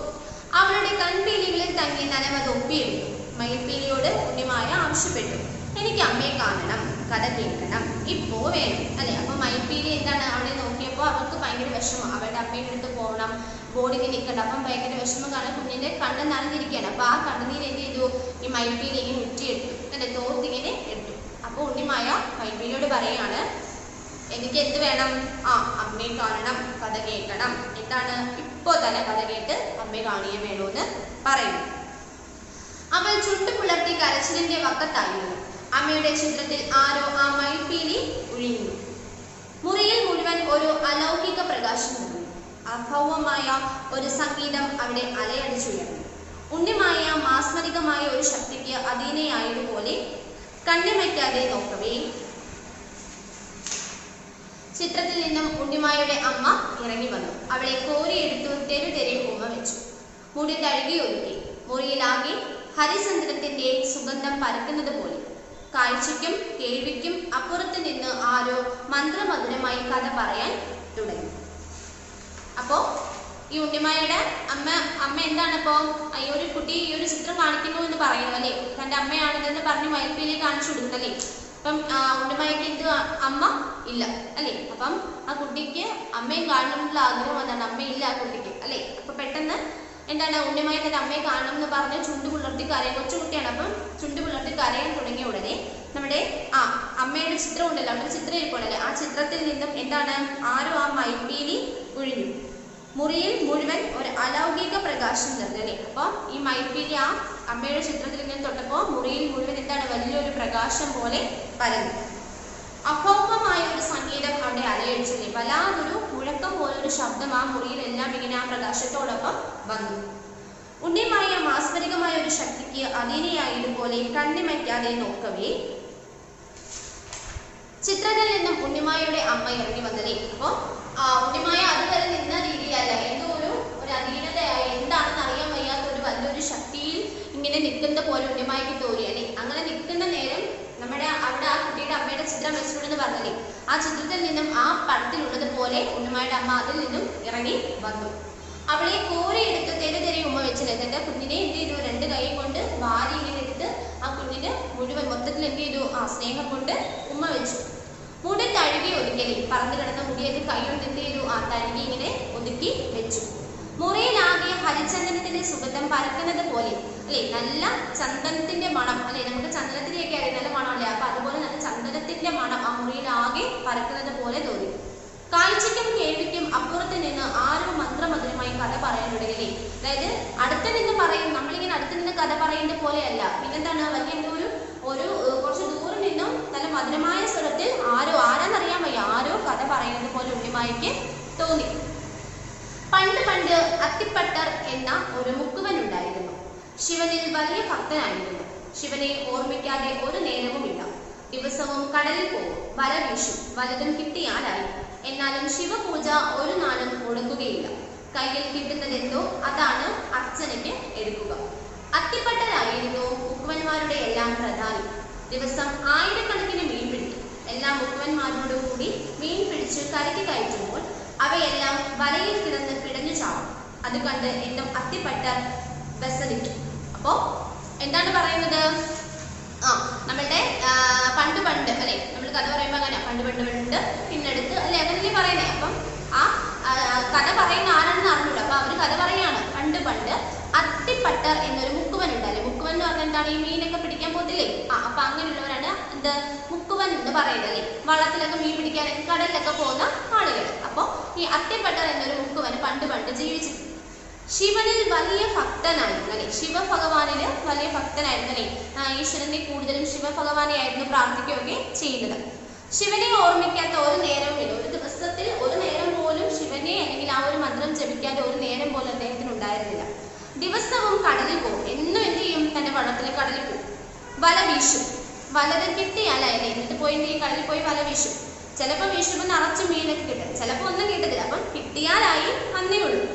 എന്നാലും ശിവപൂജ ഒരു നാളും മുടക്കുകയില്ല. പക്ഷെ എങ്കിലും ഒന്നും കിട്ടിയാലും കിട്ടിയില്ലെങ്കിലും ശിവഭഗവാനെ പൂജിക്കാതെ ഒരു ദിവസം പോലും അദ്ദേഹത്തിന് ഉണ്ടായിരുന്നില്ല. കയ്യിൽ കിട്ടുന്നത് എന്തോ അതാണ് അർച്ചനയ്ക്ക് എടുക്കാതെ. അദ്ദേഹത്തിന്റെ കയ്യിൽ എന്താണോ കിട്ടുന്നത് അത് വെച്ച് എന്ത് ചെയ്യും? ഭഗവാനെ പൂജ ചെയ്യും. അത്തിപ്പട്ടരായിരുന്നു മുക്കുവന്മാരുടെ എല്ലാം പ്രധാനി. അപ്പം അവിടെയുള്ള മുക്കുവന്മാരിലൊക്കെ ഏറ്റവും പ്രധാനി എന്ന് പറയുന്ന ആരായിരുന്നു? ഈ അത്തിപ്പട്ടർ എന്ന് പറയുന്ന മുക്കുവനായിരുന്നു. ദിവസവും ആയിരക്കണക്കിന് മീൻ പിടിക്കുക അല്ലെ. ദിവസവും എന്ത് ചെയ്യും? ആയിരക്കണക്കിന് മീനൊക്കെ പിടിക്കും. എല്ലാ മുക്കുവന്മാരും കൂടി മീൻ പിടിച്ച് കരയ്ക്ക് കയറ്റുമ്പോൾ അവയെല്ലാം വലയിൽ കിടന്ന് പിടന്ന് ചവലി. അപ്പം ഈ ഒരുപാട് എന്താണ് വഞ്ചിയിലൊക്കെ എന്ത് ചെയ്യും? മീൻ പിടിക്കാൻ കടലിൽ പോയിട്ട് അവരെല്ലാം മീൻ പിടിച്ച് എന്ത് ചെയ്യും? ഒരുമിച്ച് കരയിൽ കൊണ്ടുവന്ന് വരും. എന്നിട്ട് എന്ത് ചെയ്യും? വലയിൽ ഒരുമിച്ചാക്കുക. അപ്പോൾ ഈ മീനെല്ലാം പിടഞ്ഞ് വെള്ളത്തിൽ നിന്ന് മരമേ പിടഞ്ഞ് ചാവത്തില്ല. അപ്പൊ അതുപോലെ കാണാം. അത് കണ്ട് എന്നും അത്തിപ്പട്ടർ പ്രസംഗിക്കും. അപ്പൊ ഇങ്ങനെ മീൻ ഇങ്ങനെ ജീവൻ ഇങ്ങനെ നഷ്ടപ്പെടുന്നത് കണ്ടിട്ട് നമ്മുടെ ഈ അത്തിപ്പട്ടർ ഈ മുക്കുവൻ എന്താണ്? ഭയങ്കര വിഷമമാണ് അല്ലെ. അല്ലെങ്കിൽ മരിച്ചു പോകുന്നത് കാണുന്നത് ഭയങ്കര വിഷമമായിരുന്നു. ഒരു ദിവസം വലയിൽ വളരെ സൗന്ദര്യമുള്ളൊരു കുഞ്ഞു മീൻ കിടന്ന് പിടയ്ക്കുന്നത് അത്തിപ്പട്ടർ കണ്ടു. ദൈവസൃഷ്ടിയുടെ മഹിമയും സൗന്ദര്യവും ആ കുഞ്ഞു മീനിൽ കാണാമായിരുന്നു. അത്തിപ്പട്ടർക്ക് ശിവന്റെ ഓർമ്മ വന്നു. അയാൾ ശിവപെരുമാനെ എന്റെ അർച്ചന സ്വീകരിക്കണമേ എന്ന് പറഞ്ഞ് ആ കുഞ്ഞു മീനെ കടലിലെ കയറുന്നു അല്ലെ. അപ്പൊ ഒരു ദിവസം ഇങ്ങനെ ഇവരെല്ലാരും മീൻ പിടിച്ച് ഇങ്ങനെ കൊണ്ടുവന്ന് കരയിൽ ഇങ്ങനെ വിട്ട് വല നോക്കപ്പോ അല്ലാതെ എന്താണ്? എപ്പോഴും പോലെ ഒരു കുഞ്ഞൊരു മീൻ എന്ത് ചെയ്തു? വെള്ളത്തിൽ നിന്ന് ഇങ്ങനെ മാറി ഇങ്ങനെ പിടഞ്ഞ് പിടിച്ച് ചാവാൻ പോകുന്നത് അദ്ദേഹം കണ്ടു. ആ മീൻ എന്താണ്? ഭയങ്കര ഭംഗിയുള്ള ഒരു മീനായിരുന്നു അല്ലെ. ഇത് ദൈവസൃഷ്ടി ഭയങ്കര ഭംഗിയുള്ള, അതായത് നമ്മുടെ ദൈവം അനുഗ്രഹിച്ച് വിട്ടതാന്ന് പറയുന്നത്. കാണാൻ വളരെ നല്ല രസമുള്ള നല്ല നിറങ്ങളൊക്കെയുള്ള ഒരു കൊച്ചു മീനായിരുന്നു അത്. അപ്പൊ അതിന്റെ സൗന്ദര്യം എല്ലാം കണ്ടപ്പോ നമ്മളുടെ ഈ എന്താണ് അത്തിപ്പട്ടര് പറഞ്ഞു, ഇത് ശിവന്റെ സൃഷ്ടിയാണ്, ഇത്രയും സൗന്ദര്യമുള്ള ഒരു മീൻ എന്ന് പറഞ്ഞാൽ ഭഗവാന്റെ സൃഷ്ടി തന്നെ ആയിരിക്കും എന്ന് പറഞ്ഞ് എന്ത് ചെയ്തു? അത് ഞാൻ വലയിൽ നിന്ന് എടുത്തിട്ട് ശിവഭഗവാനെ പ്രാർത്ഥിച്ചിട്ട് പറഞ്ഞു, ഇതാണ് ഇന്ന് അങ്ങേക്കുള്ള എന്റെ അർച്ചനയ്ക്ക് ഞാൻ തരുന്നത് എന്ന് പറഞ്ഞ് ആ മീനെ എന്ത് ചെയ്തു? തന്റെ ആ വലയിൽ നിന്നും എടുത്ത് എന്ത് ചെയ്തു? ആ കടലിലോട്ട് ആ വെള്ളത്തിലോട്ട് തന്നെ അങ്ങ് അതിനെ എറിഞ്ഞു. പിറ്റേ ദിവസവും അത്തിപ്പട്ടർ പോയി വല വീശി. അന്തിയോളം വലയെറിഞ്ഞിട്ടും വലയിൽ ഒരു കുഞ്ഞു മീൻ മാത്രമായിരുന്നു പിടയ്ക്കുന്നതായി കണ്ടു. ആ മീനെയും കടലിലേക്ക് എറിഞ്ഞ് അത്തിപ്പട്ടർ പറഞ്ഞു, എന്റെ പൊന്നു ശിവപെരുമാനെ, ഒരു കുഞ്ഞു മീനാണ്, മാപ്പാപ്പനെ അല്ലെ. അപ്പോ എന്ത് ചെയ്തു? പിറ്റേ ദിവസം അല്ലെ, അന്നത്തെ ദിവസം കിട്ടിയ മീൻ എന്ത് ചെയ്തു? വെള്ളത്തിലോട്ട് ഇട്ടു. അടുത്ത ദിവസവും എന്ത് ചെയ്തു? അദ്ദേഹം വഞ്ചിയെടുത്ത് കടലിൽ പോയിട്ട് എന്ത് ചെയ്തു? വല വീശി, മീൻ പിടിക്കാനായിട്ട് വല വീശിയപ്പോ കഴിഞ്ഞ ദിവസം കിട്ടിയതുപോലെ ഒരു കൊച്ചു മീനെ മാത്രമേ അദ്ദേഹത്തിന് അന്ന് ആ വലയിൽ കിട്ടിയുള്ളൂ. അപ്പൊ ആ കൊച്ചു മീനെ കണ്ടപ്പോൾ അദ്ദേഹത്തിന് സങ്കടം തോന്നി അല്ലെ. സങ്കടം തോന്നിട്ട് പറഞ്ഞു, എന്റെ പൊന്നു ശിവപെരുമാനെ, ഇതൊരു കുഞ്ഞു മീനാണ്, എന്നോട് മാപ്പാക്കണേ അല്ലെ. എന്നിട്ട് പറയാണ്, ഈ കിട്ടിയത് എന്താണ്? ഒരു കൊച്ചു മീനാണ്, ദൈവം എന്നോട് എന്ത് ചെയ്യണേ? കൊടുക്കണേ എന്ന് പറഞ്ഞു. ഇങ്ങനെ ദിവസവും വലയിൽ ഒരു കുഞ്ഞു മീൻ മാത്രം വരുവാൻ തുടങ്ങി. അപ്പൊ കുറച്ച് ദിവസം ആയപ്പോ എന്നും അദ്ദേഹത്തിന് എന്താണ്? ഇതുപോലെ ഓരോരോ കൊച്ചു കൊച്ചു മീനെ മാത്രം വലയിൽ കിട്ടാനായിട്ട് തുടങ്ങി. അതിനെ മുക്കുവൻ തന്റെ അർച്ചനയായി ശിവന് വേണ്ടി കടലിൽ എറിയുകയും ചെയ്തു പോകും അല്ലെ. ഇങ്ങനെ ഓരോ ദിവസവും ഓരോ മീൻ മാത്രം കിട്ടും. അതെന്ത് ചെയ്യും? അത് മാത്രമേ കിട്ടിയുള്ളൂ. ആ കിട്ടിയത് എന്ത് ചെയ്യും? ഭഗവാനെ പൂജയ്ക്ക് വേണ്ടിയിട്ട് എടുത്ത് വെള്ളത്തിലോട്ട് ഇങ്ങനെ കളയാനായിട്ട് തുടങ്ങി. അങ്ങനെ ആഹാരം കഴിക്കാതെ അത്തിപ്പട്ടർ ക്ഷീണിച്ചു വന്നു. ഒടുവിൽ എല്ലും തോലും മാത്രമായി. ഒരു ദിവസം വലയെറിഞ്ഞപ്പോൾ കുഞ്ഞു മീന് പകരം വലിയൊരു സ്വർണ്ണ മീനെയാണ് കണ്ടത്. അതിൽ 9 രത്നങ്ങൾ പതിച്ചിരുന്നു. അപ്പോ അദ്ദേഹത്തിന് ഇങ്ങനെ കുറെ ദിവസം അടുപ്പിച്ച് എന്താണ്? വല വീശിയിട്ട് മീനെ ഒന്നും കിട്ടിയില്ല. ഒരു മീനെ മാത്രം കിട്ടി. അത് ദൈവത്തിന് വേണ്ടിയിട്ട് എന്ത് ചെയ്യും? അർച്ചന എന്ന് പറഞ്ഞിട്ട് അങ്ങ് ദൈവത്തിന് തന്നെ കൊടുക്കുന്ന രീതിയിൽ വെള്ളത്തിലോട്ട് ഇടും. അങ്ങനെ മീനൊന്നും കിട്ടാതായി, ആഹാരമൊന്നും കിട്ടാതായി വന്നപ്പോഴേക്കും നമ്മുടെ ഈ മുക്കുവൻ എന്ത് ചെയ്തു? ക്ഷീണിച്ചങ്ങ് എല്ലും തോലുമായി, അസ്ഥികൂടം പോലെ അല്ലെ. അങ്ങനെ അവസാനം ഒരു ദിവസം എന്ത് ചെയ്തു? അദ്ദേഹം വീണ്ടും പോയി എന്ത് ചെയ്തു? വല വീശിയപ്പോ കൊച്ചു മീൻ വരുന്നതിന് പകരം ഒരു സ്വർണ്ണ പോലത്തുള്ള ഒരു മീനെയാണ് അദ്ദേഹത്തിന് വലയിൽ കിട്ടിയത്. ഒരു വലിയ എന്താണ്? വലിയൊരു സ്വർണ്ണ മീനെ അദ്ദേഹത്തിന് കിട്ടി. ആ മീനിന്റെ ദേഹത്ത് എന്തുണ്ട്? 9 രത്നങ്ങൾ. നമ്മൾ വജ്രം, ഡയമണ്ട് എന്നൊക്കെ പറയുന്നത് അതുപോലെ 9 രത്നങ്ങൾ ആ മീനിന്റെ ദേഹത്ത് ഉണ്ടായിരുന്നു. സ്വർണ്ണ മീനിനെയും അതിൽ വെട്ടിത്തിളങ്ങുന്ന രത്നങ്ങളെയും കണ്ട് മുക്കുവർ ഓടിപ്പോയി. അപ്പോൾ അത്തിപ്പട്ടർ പറഞ്ഞു, എന്റെ പൊന്നു ശിവപെരുമാനെ, ഈ മീനിനെ കണ്ടാൽ ആരാണ് നിന്റെ പ്രിയപ്പെട്ടവളായ മീനാക്ഷിയെ ഓർക്കാതിരിക്കുക അല്ലെ. പറയാണ്, ഈ മീനിനെ കണ്ടാൽ 7 രത്നങ്ങളൊക്കെ ചൂടി ഇങ്ങനെ നിൽക്കുന്ന ഈ മീനിനെ കണ്ടാൽ ആരാണ് എന്റെ ശിവപെരുമാനെ നിന്റെ മീനാക്ഷിയെ ഓർക്കാതിരിക്കുന്ന ദൈവത്തിന്റെ ശിവന്റെ പത്നിയെ ഓർക്കാതിരിക്കുന്നത് ആരാണെന്ന് ചോദിക്കുന്നു. അത്തിപ്പട്ടർ ആ മീനെ ഉമ്മ വെച്ചിട്ട് അതിനെ തിരമാലകളുടെ നടുവിലേക്ക് വിട്ടു. അപ്പോൾ ഇടിവെട്ടി മഴ പെയ്തു. ദേവതകൾ അത്തിപ്പട്ടരുടെ ശിരസിൽ പൂക്കൾ വർഷിച്ചു. ശരീരം വെടിഞ്ഞ് അത്തിപ്പട്ടർ ശിവലോകത്തേക്ക് പോയി. അതായിരുന്നു അത്തിപ്പട്ടരുടെ അവസാനത്തെ അർച്ചന അല്ലെ. അപ്പോൾ ഈ മീനെ കണ്ട് ഇങ്ങനെ രക്തങ്ങളെല്ലാം കൂടെ ഉള്ള മീനെ കണ്ടപ്പോൾ ബാക്കിയുള്ള മുക്കുവരെല്ലാം എന്ത് ചെയ്തു? ഇതിനെ എടുക്കാൻ വേണ്ടിയിട്ട് ഓടിക്കൂടി. അപ്പോൾ നമ്മുടെ ഈ അത്തിപ്പട്ടർ ഈ മുക്കുവർ എന്ത് പറഞ്ഞു? എൻ്റെ പൊന്നു ശിവ പെരുമാനേശ്വരി, ഈ മീനിനെ കണ്ടാൽ ആരാണ് എൻ്റെ പ്രിയപ്പെട്ടവളായ മീനാക്ഷിയെ ഓർക്കാതിരിക്കുക? എൻ്റെ പ്രിയപ്പെട്ടവളായിട്ടുള്ള മീനാക്ഷിയെ ആരാണ് ഓർക്കാതിരിക്കുക? അത്രയ്ക്ക് സൗന്ദര്യമുള്ളൊരു മീനാണ് ഈ മീൻ അല്ലെ. അത്തിപ്പട്ടർ എന്ത് ചെയ്തു? ആ മീനിനെ ഉമ്മ വെച്ചിട്ട് അതിനെ തിരമാലകളുടെ നടുവിലേക്ക് വിട്ടു അല്ലെ. അതിനെ എന്ത് ചെയ്തു? അത്തിപ്പട്ടർ ഈ കണ്ട മീനിനെ എന്ത് ചെയ്തു? എടുത്ത് നല്ല സ്നേഹത്തോടെ ഉമ്മ വെച്ചിട്ട് എന്ത് ചെയ്തു? അതിന്റെ തിരമാലയിലോട്ട് അല്ലെ വെള്ളത്തിലോട്ട് ഒഴുക്കി വിട്ടു അല്ലെ.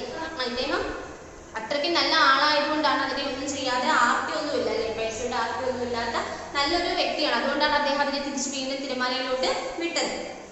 അപ്പോൾ ഇടിവെട്ടി മഴ പെയ്തു അല്ലെ. ഇടിവെട്ടി ഭയങ്കര ശബ്ദത്തോടുകൂടി മഴ പെയ്യാൻ തുടങ്ങി. ദേവതകൾ അത്തിപ്പട്ടരുടെ ശിരസിൽ പൂക്കൾ വർഷിച്ചു അല്ലെ. ദേവതകൾ ആകാശത്തൊക്കെ നിന്നിട്ട് എന്ത് ചെയ്തു? ഈ അത്തിപ്പട്ടർ മുക്കുവരുടെ ദേഹത്തോട്ട് എന്ത് ചെയ്തു? പൂക്കളൊക്കെ കൊണ്ട് നമ്മൾ പൂജ ചെയ്യുമ്പം ഭഗവാനെ പൂവിട്ട് പൂജിക്കില്ല, അതുപോലെ അത്തിപ്പട്ടരെ എന്ത് ചെയ്തു? പൂവിട്ട് പൂജിച്ചു. ശരീരം വെടിഞ്ഞ് അത്തിപ്പട്ടർ ശിവലോകത്തേക്ക് പോയില്ലേ. ആ ശരീരം മൊത്തത്തിൽ എന്ത് ചെയ്തു? അദ്ദേഹത്തിന്റെ ജീവൻ നമ്മൾ മരിച്ച് എന്താണ് സ്വർഗത്തോട്ടൊക്കെ പോകുന്ന പറഞ്ഞില്ല, അതുപോലെ അദ്ദേഹത്തിന്റെ അത് മരിക്കാൻ ആ ഒരു അദ്ദേഹത്തോട്ട് കൂടി അതേപോലെ എന്ത് ചെയ്തു? ശിവലോകത്തേക്ക് ദൈവത്തിന്റെ അടുത്തോട്ട് പോയി. അതായിരുന്നു അത്തിപ്പട്ടരുടെ അവസാനത്തെ അർച്ചന. അങ്ങനെ അത്രയും ഒരു സ്വർണ്ണ മീനത്തെ ദൈവത്തിന് വേണ്ടി കാഴ്ചവെച്ച് അതായിരുന്നു ആ അത്തിപ്പട്ടരുടെ അവസാനത്തെ അർച്ചന. ഉണ്ണിമായ വിടർന്ന കണ്ണുകളുടെ കഥ മുഴുവൻ കേട്ടിരുന്നു. ഒടുവിൽ ചോദിച്ചു, ആരായി മീനാക്ഷി അല്ലേ? ഈ കുട്ടി എന്താണ് ഒന്ന് നിശബ്ദമായിട്ട് ഒരു ശബ്ദം പോലെ ഉണ്ടാക്കി കഥയെല്ലാം കേട്ടിരുന്നിട്ട് അവസാനം ചോദിച്ചു, ആരായി മീനാക്ഷി? അദ്ദേഹം പറഞ്ഞില്ലേ ആ മീനെ കണ്ട് അദ്ദേഹത്തിന് മീനാക്ഷിയെ പോലെ തോന്നുന്നില്ല. അപ്പൊ ആരാണ് ഈ മീനാക്ഷി എന്ന് ചോദിച്ചു. മീനിന്റെ ആകൃതിയുള്ള കണ്ണുള്ളവളാണ് മീനാക്ഷി അല്ലെ. നമ്മൾ പറയും നല്ല നിവർന്ന കണ്ണുകൾ എന്നൊക്കെ പറയത്തില്ലേ, അപ്പൊ അതുപോലെ പറയാണ് നല്ല മീനിന്റെ അഴകോട് കൂടിയ, മീനിന്റെ കണ്ണിന് നല്ല ഭംഗിയാണ്, അതുപോലെ അഴകുള്ള കണ്ണുകളോട് കൂടിയവളാണ് ആര്? മീനാക്ഷി. മീനിന്റെ കണ്ണുകൾ പോലെ കണ്ണുള്ളവളും മീനാക്ഷിയാണ്. എന്താണോ മീനിന്റെ കണ്ണിന്റെ പ്രത്യേകത? ഉണ്ണിമായയ്ക്ക് അറിയുമോ? മീനിന്റെ കണ്ണുകൾക്ക് ഇമയില്ല. ഇമ വെട്ടാതെ നമ്മളെ നോക്കിയിരിക്കുന്നവളാണ് മീനാക്ഷി അല്ലെ. നിങ്ങൾ ശ്രദ്ധിച്ചിട്ടുണ്ടോ? മീനിന്റെ കണ്ണ് കണ്ടിട്ടുണ്ടോ? മീനിന്റെ കണ്ണ് നിങ്ങൾ ശ്രദ്ധിച്ചു നോക്കുമ്പോൾ പറയാം, നമുക്ക് ഇങ്ങനെയുള്ള ഈ കൺപീലി ഇല്ല മീന് അല്ലെ. മീൻ എപ്പോഴും എന്താണ് കണ്ണ് തുറന്നാണ് ഉറങ്ങുന്നത് എന്ന് പറയല്ലേ. കണ്ണ് തുറന്ന് നമ്മളെ എപ്പോഴും നോക്കി നമ്മളുടെ സുരക്ഷയ്ക്ക് വേണ്ടിയിട്ട് അല്ലെങ്കിൽ നമ്മളെ എപ്പോഴും നോക്കി അല്ലെ. ഇമ വെട്ടാതെ അല്ലെ, ഇമ ചിമ്മാതെ നോക്കിയിരിക്കുകയാണ്, കണ്ണ് വെട്ടിക്കാതെ അല്ലെ. കണ്ണിന് ഈ മീനിന്റെ കണ്ണിന് കൺപോളയും കൺപീലിയും ഒന്നും ഇല്ലാത്തതുകൊണ്ട് കണ്ണിങ്ങനെ അടക്കത്തില്ല. നമ്മൾ കണ്ണടക്കുക, നമ്മൾ ഉറങ്ങുമ്പോൾ നമ്മുടെ ഈ കൺപോള എന്താണ് അടച്ചു വെച്ചിട്ടാണ് ഉറങ്ങുന്നത് അല്ലേ. അപ്പം മീന് കൺപോളയും കൺപീലിയും ഇല്ലാത്തപ്പോൾ അത് തുറന്ന് വെച്ചിട്ട് എപ്പോഴും ഇമ വെട്ടാതെ ഇങ്ങനെ കണ്ണ് തുറന്ന് വെച്ചിട്ടാണ് മീൻ ഇരിക്കുന്നത് അല്ലേ. അപ്പൊ അതുപോലെ കണ്ണുള്ളവളാണ് എന്ത്? മീനാക്ഷി. അതായത് കൺപോളകൾ അല്ലെങ്കിൽ മീനിന്റെ ഇമയില്ലാത്ത കൺപീലികൾ കൺപോളകളൊന്നും ഇല്ലാത്ത കണ്ണാണ് മീനിന്. അങ്ങനെയുള്ള കണ്ണുള്ളതാണ് ആര്? മീനാക്ഷി. ഉണ്ണിമായ തെല്ലു നേരം ആലോചിച്ചിരുന്നു. പിന്നെ ചോദിച്ചു, എന്നെ കാണുന്നുണ്ടാവോ മീനാക്ഷി അല്ലെ. അപ്പൊ ഈ ഉണ്ണിമായ കുറച്ചു നേരം ഇങ്ങനെ ആലോചിക്കുക, ഇമയില്ലാത്ത കണ്ണുകളോട് കൂടിയ അല്ലെ എന്ന് പറയാൻ ആലോചിച്ചിരുന്നിട്ട് ചോദിക്കുക, എന്നെ കാണുന്നുണ്ടായിരിക്കുമോ മീനാക്ഷി? എന്താ സംശയം? ആരോ അവളുടെ ചെവിയിൽ ചോദിച്ചു. ഉണ്ണിമായയ്ക്ക് സന്തോഷമായി. അവളുടെ അമ്മയുടെ നെഞ്ചിൽ തല ചായച്ചു കെട്ടിപ്പിടിച്ച് കിടന്നുറങ്ങി. ഉറക്കത്തിൽ അവൾ 9 രത്നങ്ങൾ പതിച്ച് കിരീടം ചാർത്തിയ സർവാലങ്കാര ഭൂഷിതയായ മീനാക്ഷിയെ സ്വപ്നം കണ്ടു. മീനാക്ഷി അവളുടെ അമ്മയുടെ ചായയായിരുന്നു. അപ്പോൾ എന്താണ് ഈ കുട്ടി എന്താണ് സ്വപ്നത്തിൽ ഉറങ്ങിപ്പോവാണ്. ഉറങ്ങിപ്പോകുമ്പോൾ ആ കുട്ടി കാണുന്നതാണ് തൻ്റെ അമ്മ തൻ്റെ കുഞ്ഞിൻ്റെ അടുത്ത് വരുന്നതും അമ്മയെ കഥ പറഞ്ഞു കൊടുക്കുന്നതും ഒക്കെ ആ സ്വപ്നത്തിൽ കാണണം. അപ്പോൾ ഈ കുട്ടി എന്താണ് ഉറക്കത്തിൽ തൻ്റെ അമ്മയുടെ മടിയിൽ കിടന്ന് എന്താണ് അമ്മയെ കെട്ടിപ്പിടിച്ച് കിടന്നുറങ്ങിയാണ്. അപ്പോൾ ഉറക്കത്തിൽ അവൾ എന്ത് കണ്ടു? സ്വപ്നത്തിൽ കണ്ടു 9 രത്നങ്ങൾ പതിച്ച ആ ഒരു കിരീടം ചാർത്തിയ സർവാലങ്കാര ഭൂഷിതയായിട്ടുള്ള ഈ മീനാക്ഷി, അതായത് ഭഗവതി അല്ലെ. നമ്മളെയൊക്കെ എന്താണ് എപ്പോഴും ആപത്തൊന്നും വരാതെ നമ്മളെയൊക്കെ എപ്പോഴും കാത്തു സൂക്ഷിക്കുന്ന ദേവി അല്ലെ. അപ്പൊ ദേവിയുടെ തലയിൽ 9 രത്നങ്ങൾ ചാർത്തി കിരീടമുണ്ട് അല്ലെ. അപ്പൊ ആ കിരീടം ചാർത്തി ഇങ്ങനെ ഇരിക്കുന്ന ആ ഒരു രൂപം അല്ലെ മീനാക്ഷിയെ കണ്ട. അപ്പൊ കണ്ട ആ രൂപത്തിന് അവളുടെ അമ്മയുടെ രൂപമായിരുന്നു അല്ലെ. അതായത് അവളുടെ സങ്കടം കേട്ടിട്ട് ആരാണ്? ദേവി തന്നെ നേരിട്ട് അവളുടെ മുന്നിൽ പ്രത്യക്ഷപ്പെട്ട് അവൾക്ക് കഥ പറഞ്ഞു കൊടുത്ത് ആ കുഞ്ഞിനെ ആശ്വസിപ്പിക്കുകയാണ്. അമ്മയില്ലാത്ത കുഞ്ഞിനെ ആശ്വസിപ്പിക്കുകയാണ്. അപ്പോൾ അവളുടെ സ്വപ്നത്തിൽ കണ്ട് തൻ്റെ അമ്മയായിട്ട് വന്നത് ആരാണ്? ഈ മീനാക്ഷി എന്ന് പറയുന്ന ഭഗവതി ദേവി തന്നെയാണ് വന്ന് ആ കുട്ടിയുടെ മുന്നിൽ പ്രത്യക്ഷപ്പെട്ടത്. മനസ്സിലായോ? ഒന്നുകൂടെ ഒന്ന് പറയാം, ആദ്യം തൊട്ടൊന്ന് കഥ വായിക്കാം. ഓക്കെ. അപ്പോഴാണ് പാറിപ്പറന്ന് അരയാലിൻ കൊമ്പത്ത് നിന്നും മയിൽപ്പീലി ഉണ്ണിമായയെ തേടി വന്നത്. അമ്മയുടെ ചിത്രം ചൂണ്ടിക്കാട്ടി ഉണ്ണിമായ പറഞ്ഞു, ഇന്ന് എൻ്റെ അമ്മ വരും, എനിക്ക് കഥ പറഞ്ഞു തരും, എന്നെ കൊണ്ടുപോകും. മയിൽപ്പീലി അവളെ തഴുകി. ഉണ്ണിമായ പറഞ്ഞു, എനിക്കും ബോർഡിങ്ങിൽ പോകണ്ട, എനിക്ക് അമ്മയുടെ അടുത്ത് പോയാൽ മതി. മയിൽപ്പീലിയുടെ ഇന്ദ്രനീല ശോഭ വഴിയുന്ന കണ്ണ് അവളെ ഉറ്റുനോക്കി. അവളുടെ കൺപീലികളിൽ തങ്ങിയ നനവ് അത് ഒപ്പിയെടുത്തു. മയിൽപ്പീലിയോട് ഉണ്ണിമായ ആവശ്യപ്പെട്ടു, എനിക്ക് അമ്മയെ കാണണം, കഥ കേൾക്കണം, ഇപ്പോ വേണം. അവൾ ചുണ്ടുപുലർത്തി കരച്ചിലിന്റെ പക്കത്തായിരുന്നു. അമ്മയുടെ ചിത്രത്തിൽ ആരോ ആ മയിൽപ്പീലി ഒഴിഞ്ഞു. മുറിയിൽ മുഴുവൻ ഒരു അലൗകിക പ്രകാശം നിറഞ്ഞു. ഔപൗപമായ ഒരു സംഗീതം അവരെ അലയടിച്ചു വീണു. ഉണ്ണിമായ മാസ്മരികമായ ഒരു ശക്തിക്ക് അധീനയായതുപോലെ കണ്ണിമയ്ക്കാതെ നോക്കവേ ചിത്രത്തിൽ നിന്നും ഉണ്ണിമായുടെ അമ്മ ഇറങ്ങി വന്നു. അവളെ കോരിയെടുത്തു തെരുതെരെ ഉമ്മ വെച്ചു. മുടി തഴുകി ഒതുക്കി. മുറിയിലാകെ ഹരിചന്ദനത്തിന്റെ സുഗന്ധം പരക്കുന്നത് പോലെ കാഴ്ചയ്ക്കും കേൾവിക്കും അപ്പുറത്ത് നിന്നും ആരോ മന്ത്രമധുരമായി കഥ പറയാൻ തുടങ്ങി. പണ്ട് പണ്ട് അത്തിപ്പട്ടൻ എന്നൊരു മുക്കുവനുണ്ടായിരുന്നു. ശിവനിൽ വലിയ ഭക്തനായിരുന്നു. ശിവനെ ഓർമ്മിക്കാതെ ഒരു നേരവുമില്ല. ദിവസവും കടലിൽ പോകും, വല വീശും, വലതും കിട്ടിയാലായി. എന്നാലും ശിവപൂജ ഒരു നാളും കൊടുക്കുകയില്ല. കയ്യിൽ കിട്ടുന്നതെന്തോ അതാണ് അർച്ചനയ്ക്കെടുക്കുക. അത്തിപ്പട്ടരായിരുന്നു മുക്കുവന്മാരുടെ എല്ലാം പ്രധാനം. ദിവസവും ആയിരക്കണക്കിന് മീൻ പിടിക്കും. എല്ലാ മുക്കുവന്മാരോടും കൂടി മീൻ പിടിച്ച് കരക്ക് കയറുമ്പോൾ അവയെല്ലാം വലയിൽ കിടന്ന് പിടിഞ്ഞു ചാടും. അത് കണ്ട് എന്നും അത്തിപ്പട്ടർ മെസ്സലിക്കും. ഒരു ദിവസം വലയിൽ വളരെ സൗന്ദര്യമുള്ള ഒരു കുഞ്ഞു മീൻ കിടന്ന് പിടയ്ക്കുന്നത് അത്തിപ്പട്ടർ കണ്ടു. ദൈവസൃഷ്ടിയുടെ മഹിമയും സൗന്ദര്യവും ആ കുഞ്ഞു മീനിൽ കാണാമായിരുന്നു. അത്തിപ്പട്ടർക്ക് ശിവന്റെ ഓർമ്മ വന്നു. അയാൾ ശിവപെരുമാനെ എന്റെ അർച്ചന സ്വീകരിക്കണമേ എന്ന് പറഞ്ഞ് ആ കുഞ്ഞു മീനിനെ കടലിലേക്ക് എറിഞ്ഞു. പിറ്റേ ദിവസവും അത്തിപ്പട്ടർ പോയി വല വീശു. അന്തിയോളം വലയെറിഞ്ഞിട്ടും വലയിൽ ഒരു കുഞ്ഞു മീൻ മാത്രമായിരുന്നു പിടയ്ക്കുന്നതായി കണ്ടു. ആ മീനിനെയും കടലിലേക്ക് എറിഞ്ഞ് അത്തിപ്പട്ടർ പറഞ്ഞു, എന്റെ പൊന്നു ശിവപെരുമാനെ, ഒരു കുഞ്ഞു മീനാണ്, മാപ്പാക്കണേ. ഇങ്ങനെ ദിവസവും വലയിൽ ഒരു കുഞ്ഞു മീൻ മാത്രം വരുവാൻ തുടങ്ങി. അതിനെ മുക്കുവൻ തന്റെ അർച്ചനയായി ശിവന് വേണ്ടി കടലിലേക്ക് എറിയുകയും ചെയ്തു. അങ്ങനെ ആഹാരം കഴിക്കാതെ അത്തിപ്പട്ടർ ക്ഷീണിച്ചു വന്നു. ഒടുവിൽ എല്ലും തോലും മാത്രമായി. ഒരു ദിവസം വലയിറങ്ങപ്പോൾ കുഞ്ഞു മീനിന് പകരം വലിയൊരു സ്വർണ്ണ മീനിനെയാണ് കണ്ടത്. അതിൽ 9 രത്നങ്ങൾ പതിച്ചിരുന്നു. അപ്പൊ ആ വന്നത് ആരാണ്? ലക്ഷ്മി അല്ലെ, ദേവി അല്ലേ? സ്വർണ്ണ മീനിനെയും അതിൽ വെട്ടിത്തിളങ്ങുന്ന രത്നങ്ങളെയും കണ്ട് മുക്കുവർ ഓടിക്കൂടി. അപ്പോൾ അത്തിപ്പട്ടർ പറഞ്ഞു, എന്റെ പൊന്നു ശിവപെരുമാനെ, ഈ മീനിനെ കണ്ടാൽ ആരാണ് നിന്റെ പ്രിയപ്പെട്ടവളായ മീനാക്ഷിയെ ഓർക്കാതിരിക്കുക അല്ലെ? അതായത് ശിവഭഗവാന്റെ പത്നി അല്ലെ, അതാണ് ആ ഒരു ദേവി അല്ലെ. ആ ദേവിയെയാണ് ആരാണ് ആ ദേവിയെ ഓർക്കാതിരിക്കുക? ദേവി ഓർക്കാതിരിക്കുക ആരാണെന്നാണ് ചോദിക്കുന്നത്. അത്തിപ്പട്ടർ ആ മീനിനെ ഉമ്മ വെച്ചിട്ട് അതിനെ തിരമാലകളുടെ നടുവിലേക്ക് വിട്ടു. അപ്പോൾ ഇടിവെട്ടി മഴ പെയ്തു. ദേവതകൾ അത്തിപ്പട്ടരുടെ ശിരസിൽ പൂക്കൾ വർഷിച്ചു. ശരീരം വിടിഞ്ഞ് അത്തിപ്പട്ടർ ശിവലോകത്തേക്ക് പോയി. അതായിരുന്നു അത്തിപ്പട്ടരുടെ അവസാനത്തെ അർച്ചന. ഉണ്ണിമായ വിടർന്ന കണ്ണുകളുടെ കഥ മുഴുവൻ കേട്ടിരുന്നു. ഒടുവിൽ ചോദിച്ചു, ആരാ ഈ മീനാക്ഷി? മീനിന്റെ ആകൃതിയുള്ള കണ്ണുള്ളവളാണ് മീനാക്ഷി. മീനിന്റെ കണ്ണുകൾ പോലെ കണ്ണുള്ളവളും മീനാക്ഷിയാണ്. എന്താണ് മീനിന്റെ കണ്ണിന്റെ പ്രത്യേകത? ഉണ്ണിമായയ്ക്ക് അറിയുമോ? മീനിന്റെ കണ്ണുകൾക്ക് ഇമയില്ല. ഇമ വെട്ടാതെ നമ്മളെ നോക്കിയിരിക്കുന്നവളാണ് മീനാക്ഷി. അതായത് നമ്മളെ എപ്പോഴും ഉറങ്ങാതെ നമ്മളുടെ ഓരോരുത്തരുടെയും കാര്യങ്ങൾ ശ്രദ്ധിച്ച് നമ്മൾക്ക് വേണ്ടുന്ന എല്ലാ അനുഗ്രഹങ്ങളും തന്നെ നമ്മൾ മുന്നോട്ട് കൊണ്ടുപോകുന്നതാണ് ആര്? ഈശ്വരൻ അല്ലേ? അപ്പം അവിടെ ആ ദേവിയാണ് ഇവിടെ മീനാക്ഷിയായിട്ട് പറയുന്നത്. ഉണ്ണിമായ തെല്ല നേരം ആലോചിച്ചിരുന്നു. പിന്നെ ചോദിച്ചു, എന്നെ കാണുന്നുണ്ടാവുമോ മീനാക്ഷി? എന്താ സംശയം? ആരോ അവളുടെ ചെവിയിൽ ചോദിച്ചു. ഉണ്ണിമായയ്ക്ക് സന്തോഷമായി. അവളുടെ അമ്മയുടെ നെഞ്ചിൽ തല ചായ്ച്ചു കെട്ടിപ്പിടിച്ച് കിടന്നുറങ്ങി.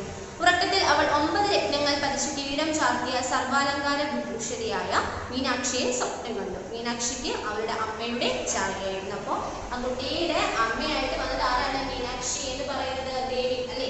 9 രത്നങ്ങൾ ചാർത്തി തലയിൽ കിരീടമായിട്ടൊക്കെ ഒരുങ്ങിയിരിക്കുന്ന സുന്ദരിയായിട്ടുള്ള ആ ഒരു രൂപം, അത് ആരായിരുന്നു? അവളുടെ അമ്മയുടെ രൂപമായിട്ടാണ് അവൾക്ക് തോന്നിയത്. അതായത് നമ്മളുടെ എല്ലാവരുടെയും അമ്മ എന്ന് പറയുന്ന നമ്മളുടെ എല്ലാവരുടെയും ഈശ്വരൻ അല്ലേ, നമ്മളെല്ലാവരും ഒരുപോലെ പ്രാർത്ഥിക്കുന്ന ഈശ്വരനെയാണ് അല്ലേ, മനസ്സിലായോ? ഓക്കെ, അപ്പോൾ നല്ലൊരു കഥയായിരുന്നു മയിൽപ്പീലി സ്പർശം അല്ലേ. അപ്പം നന്നായി ടെക്സ്റ്റ് ബുക്ക് വായിക്കുക, ഇതിൻ്റെ ബാക്കി ക്വസ്റ്റ്യൻ ആൻസേഴ്സും ഉത്തരം എഴുതുക, അതുപോലെ എന്താണ് അർത്ഥം, ബാക്കി കാര്യങ്ങളൊക്കെ അടുത്ത ക്ലാസ്സിൽ നമുക്ക് പഠിക്കാം. ഓക്കെ.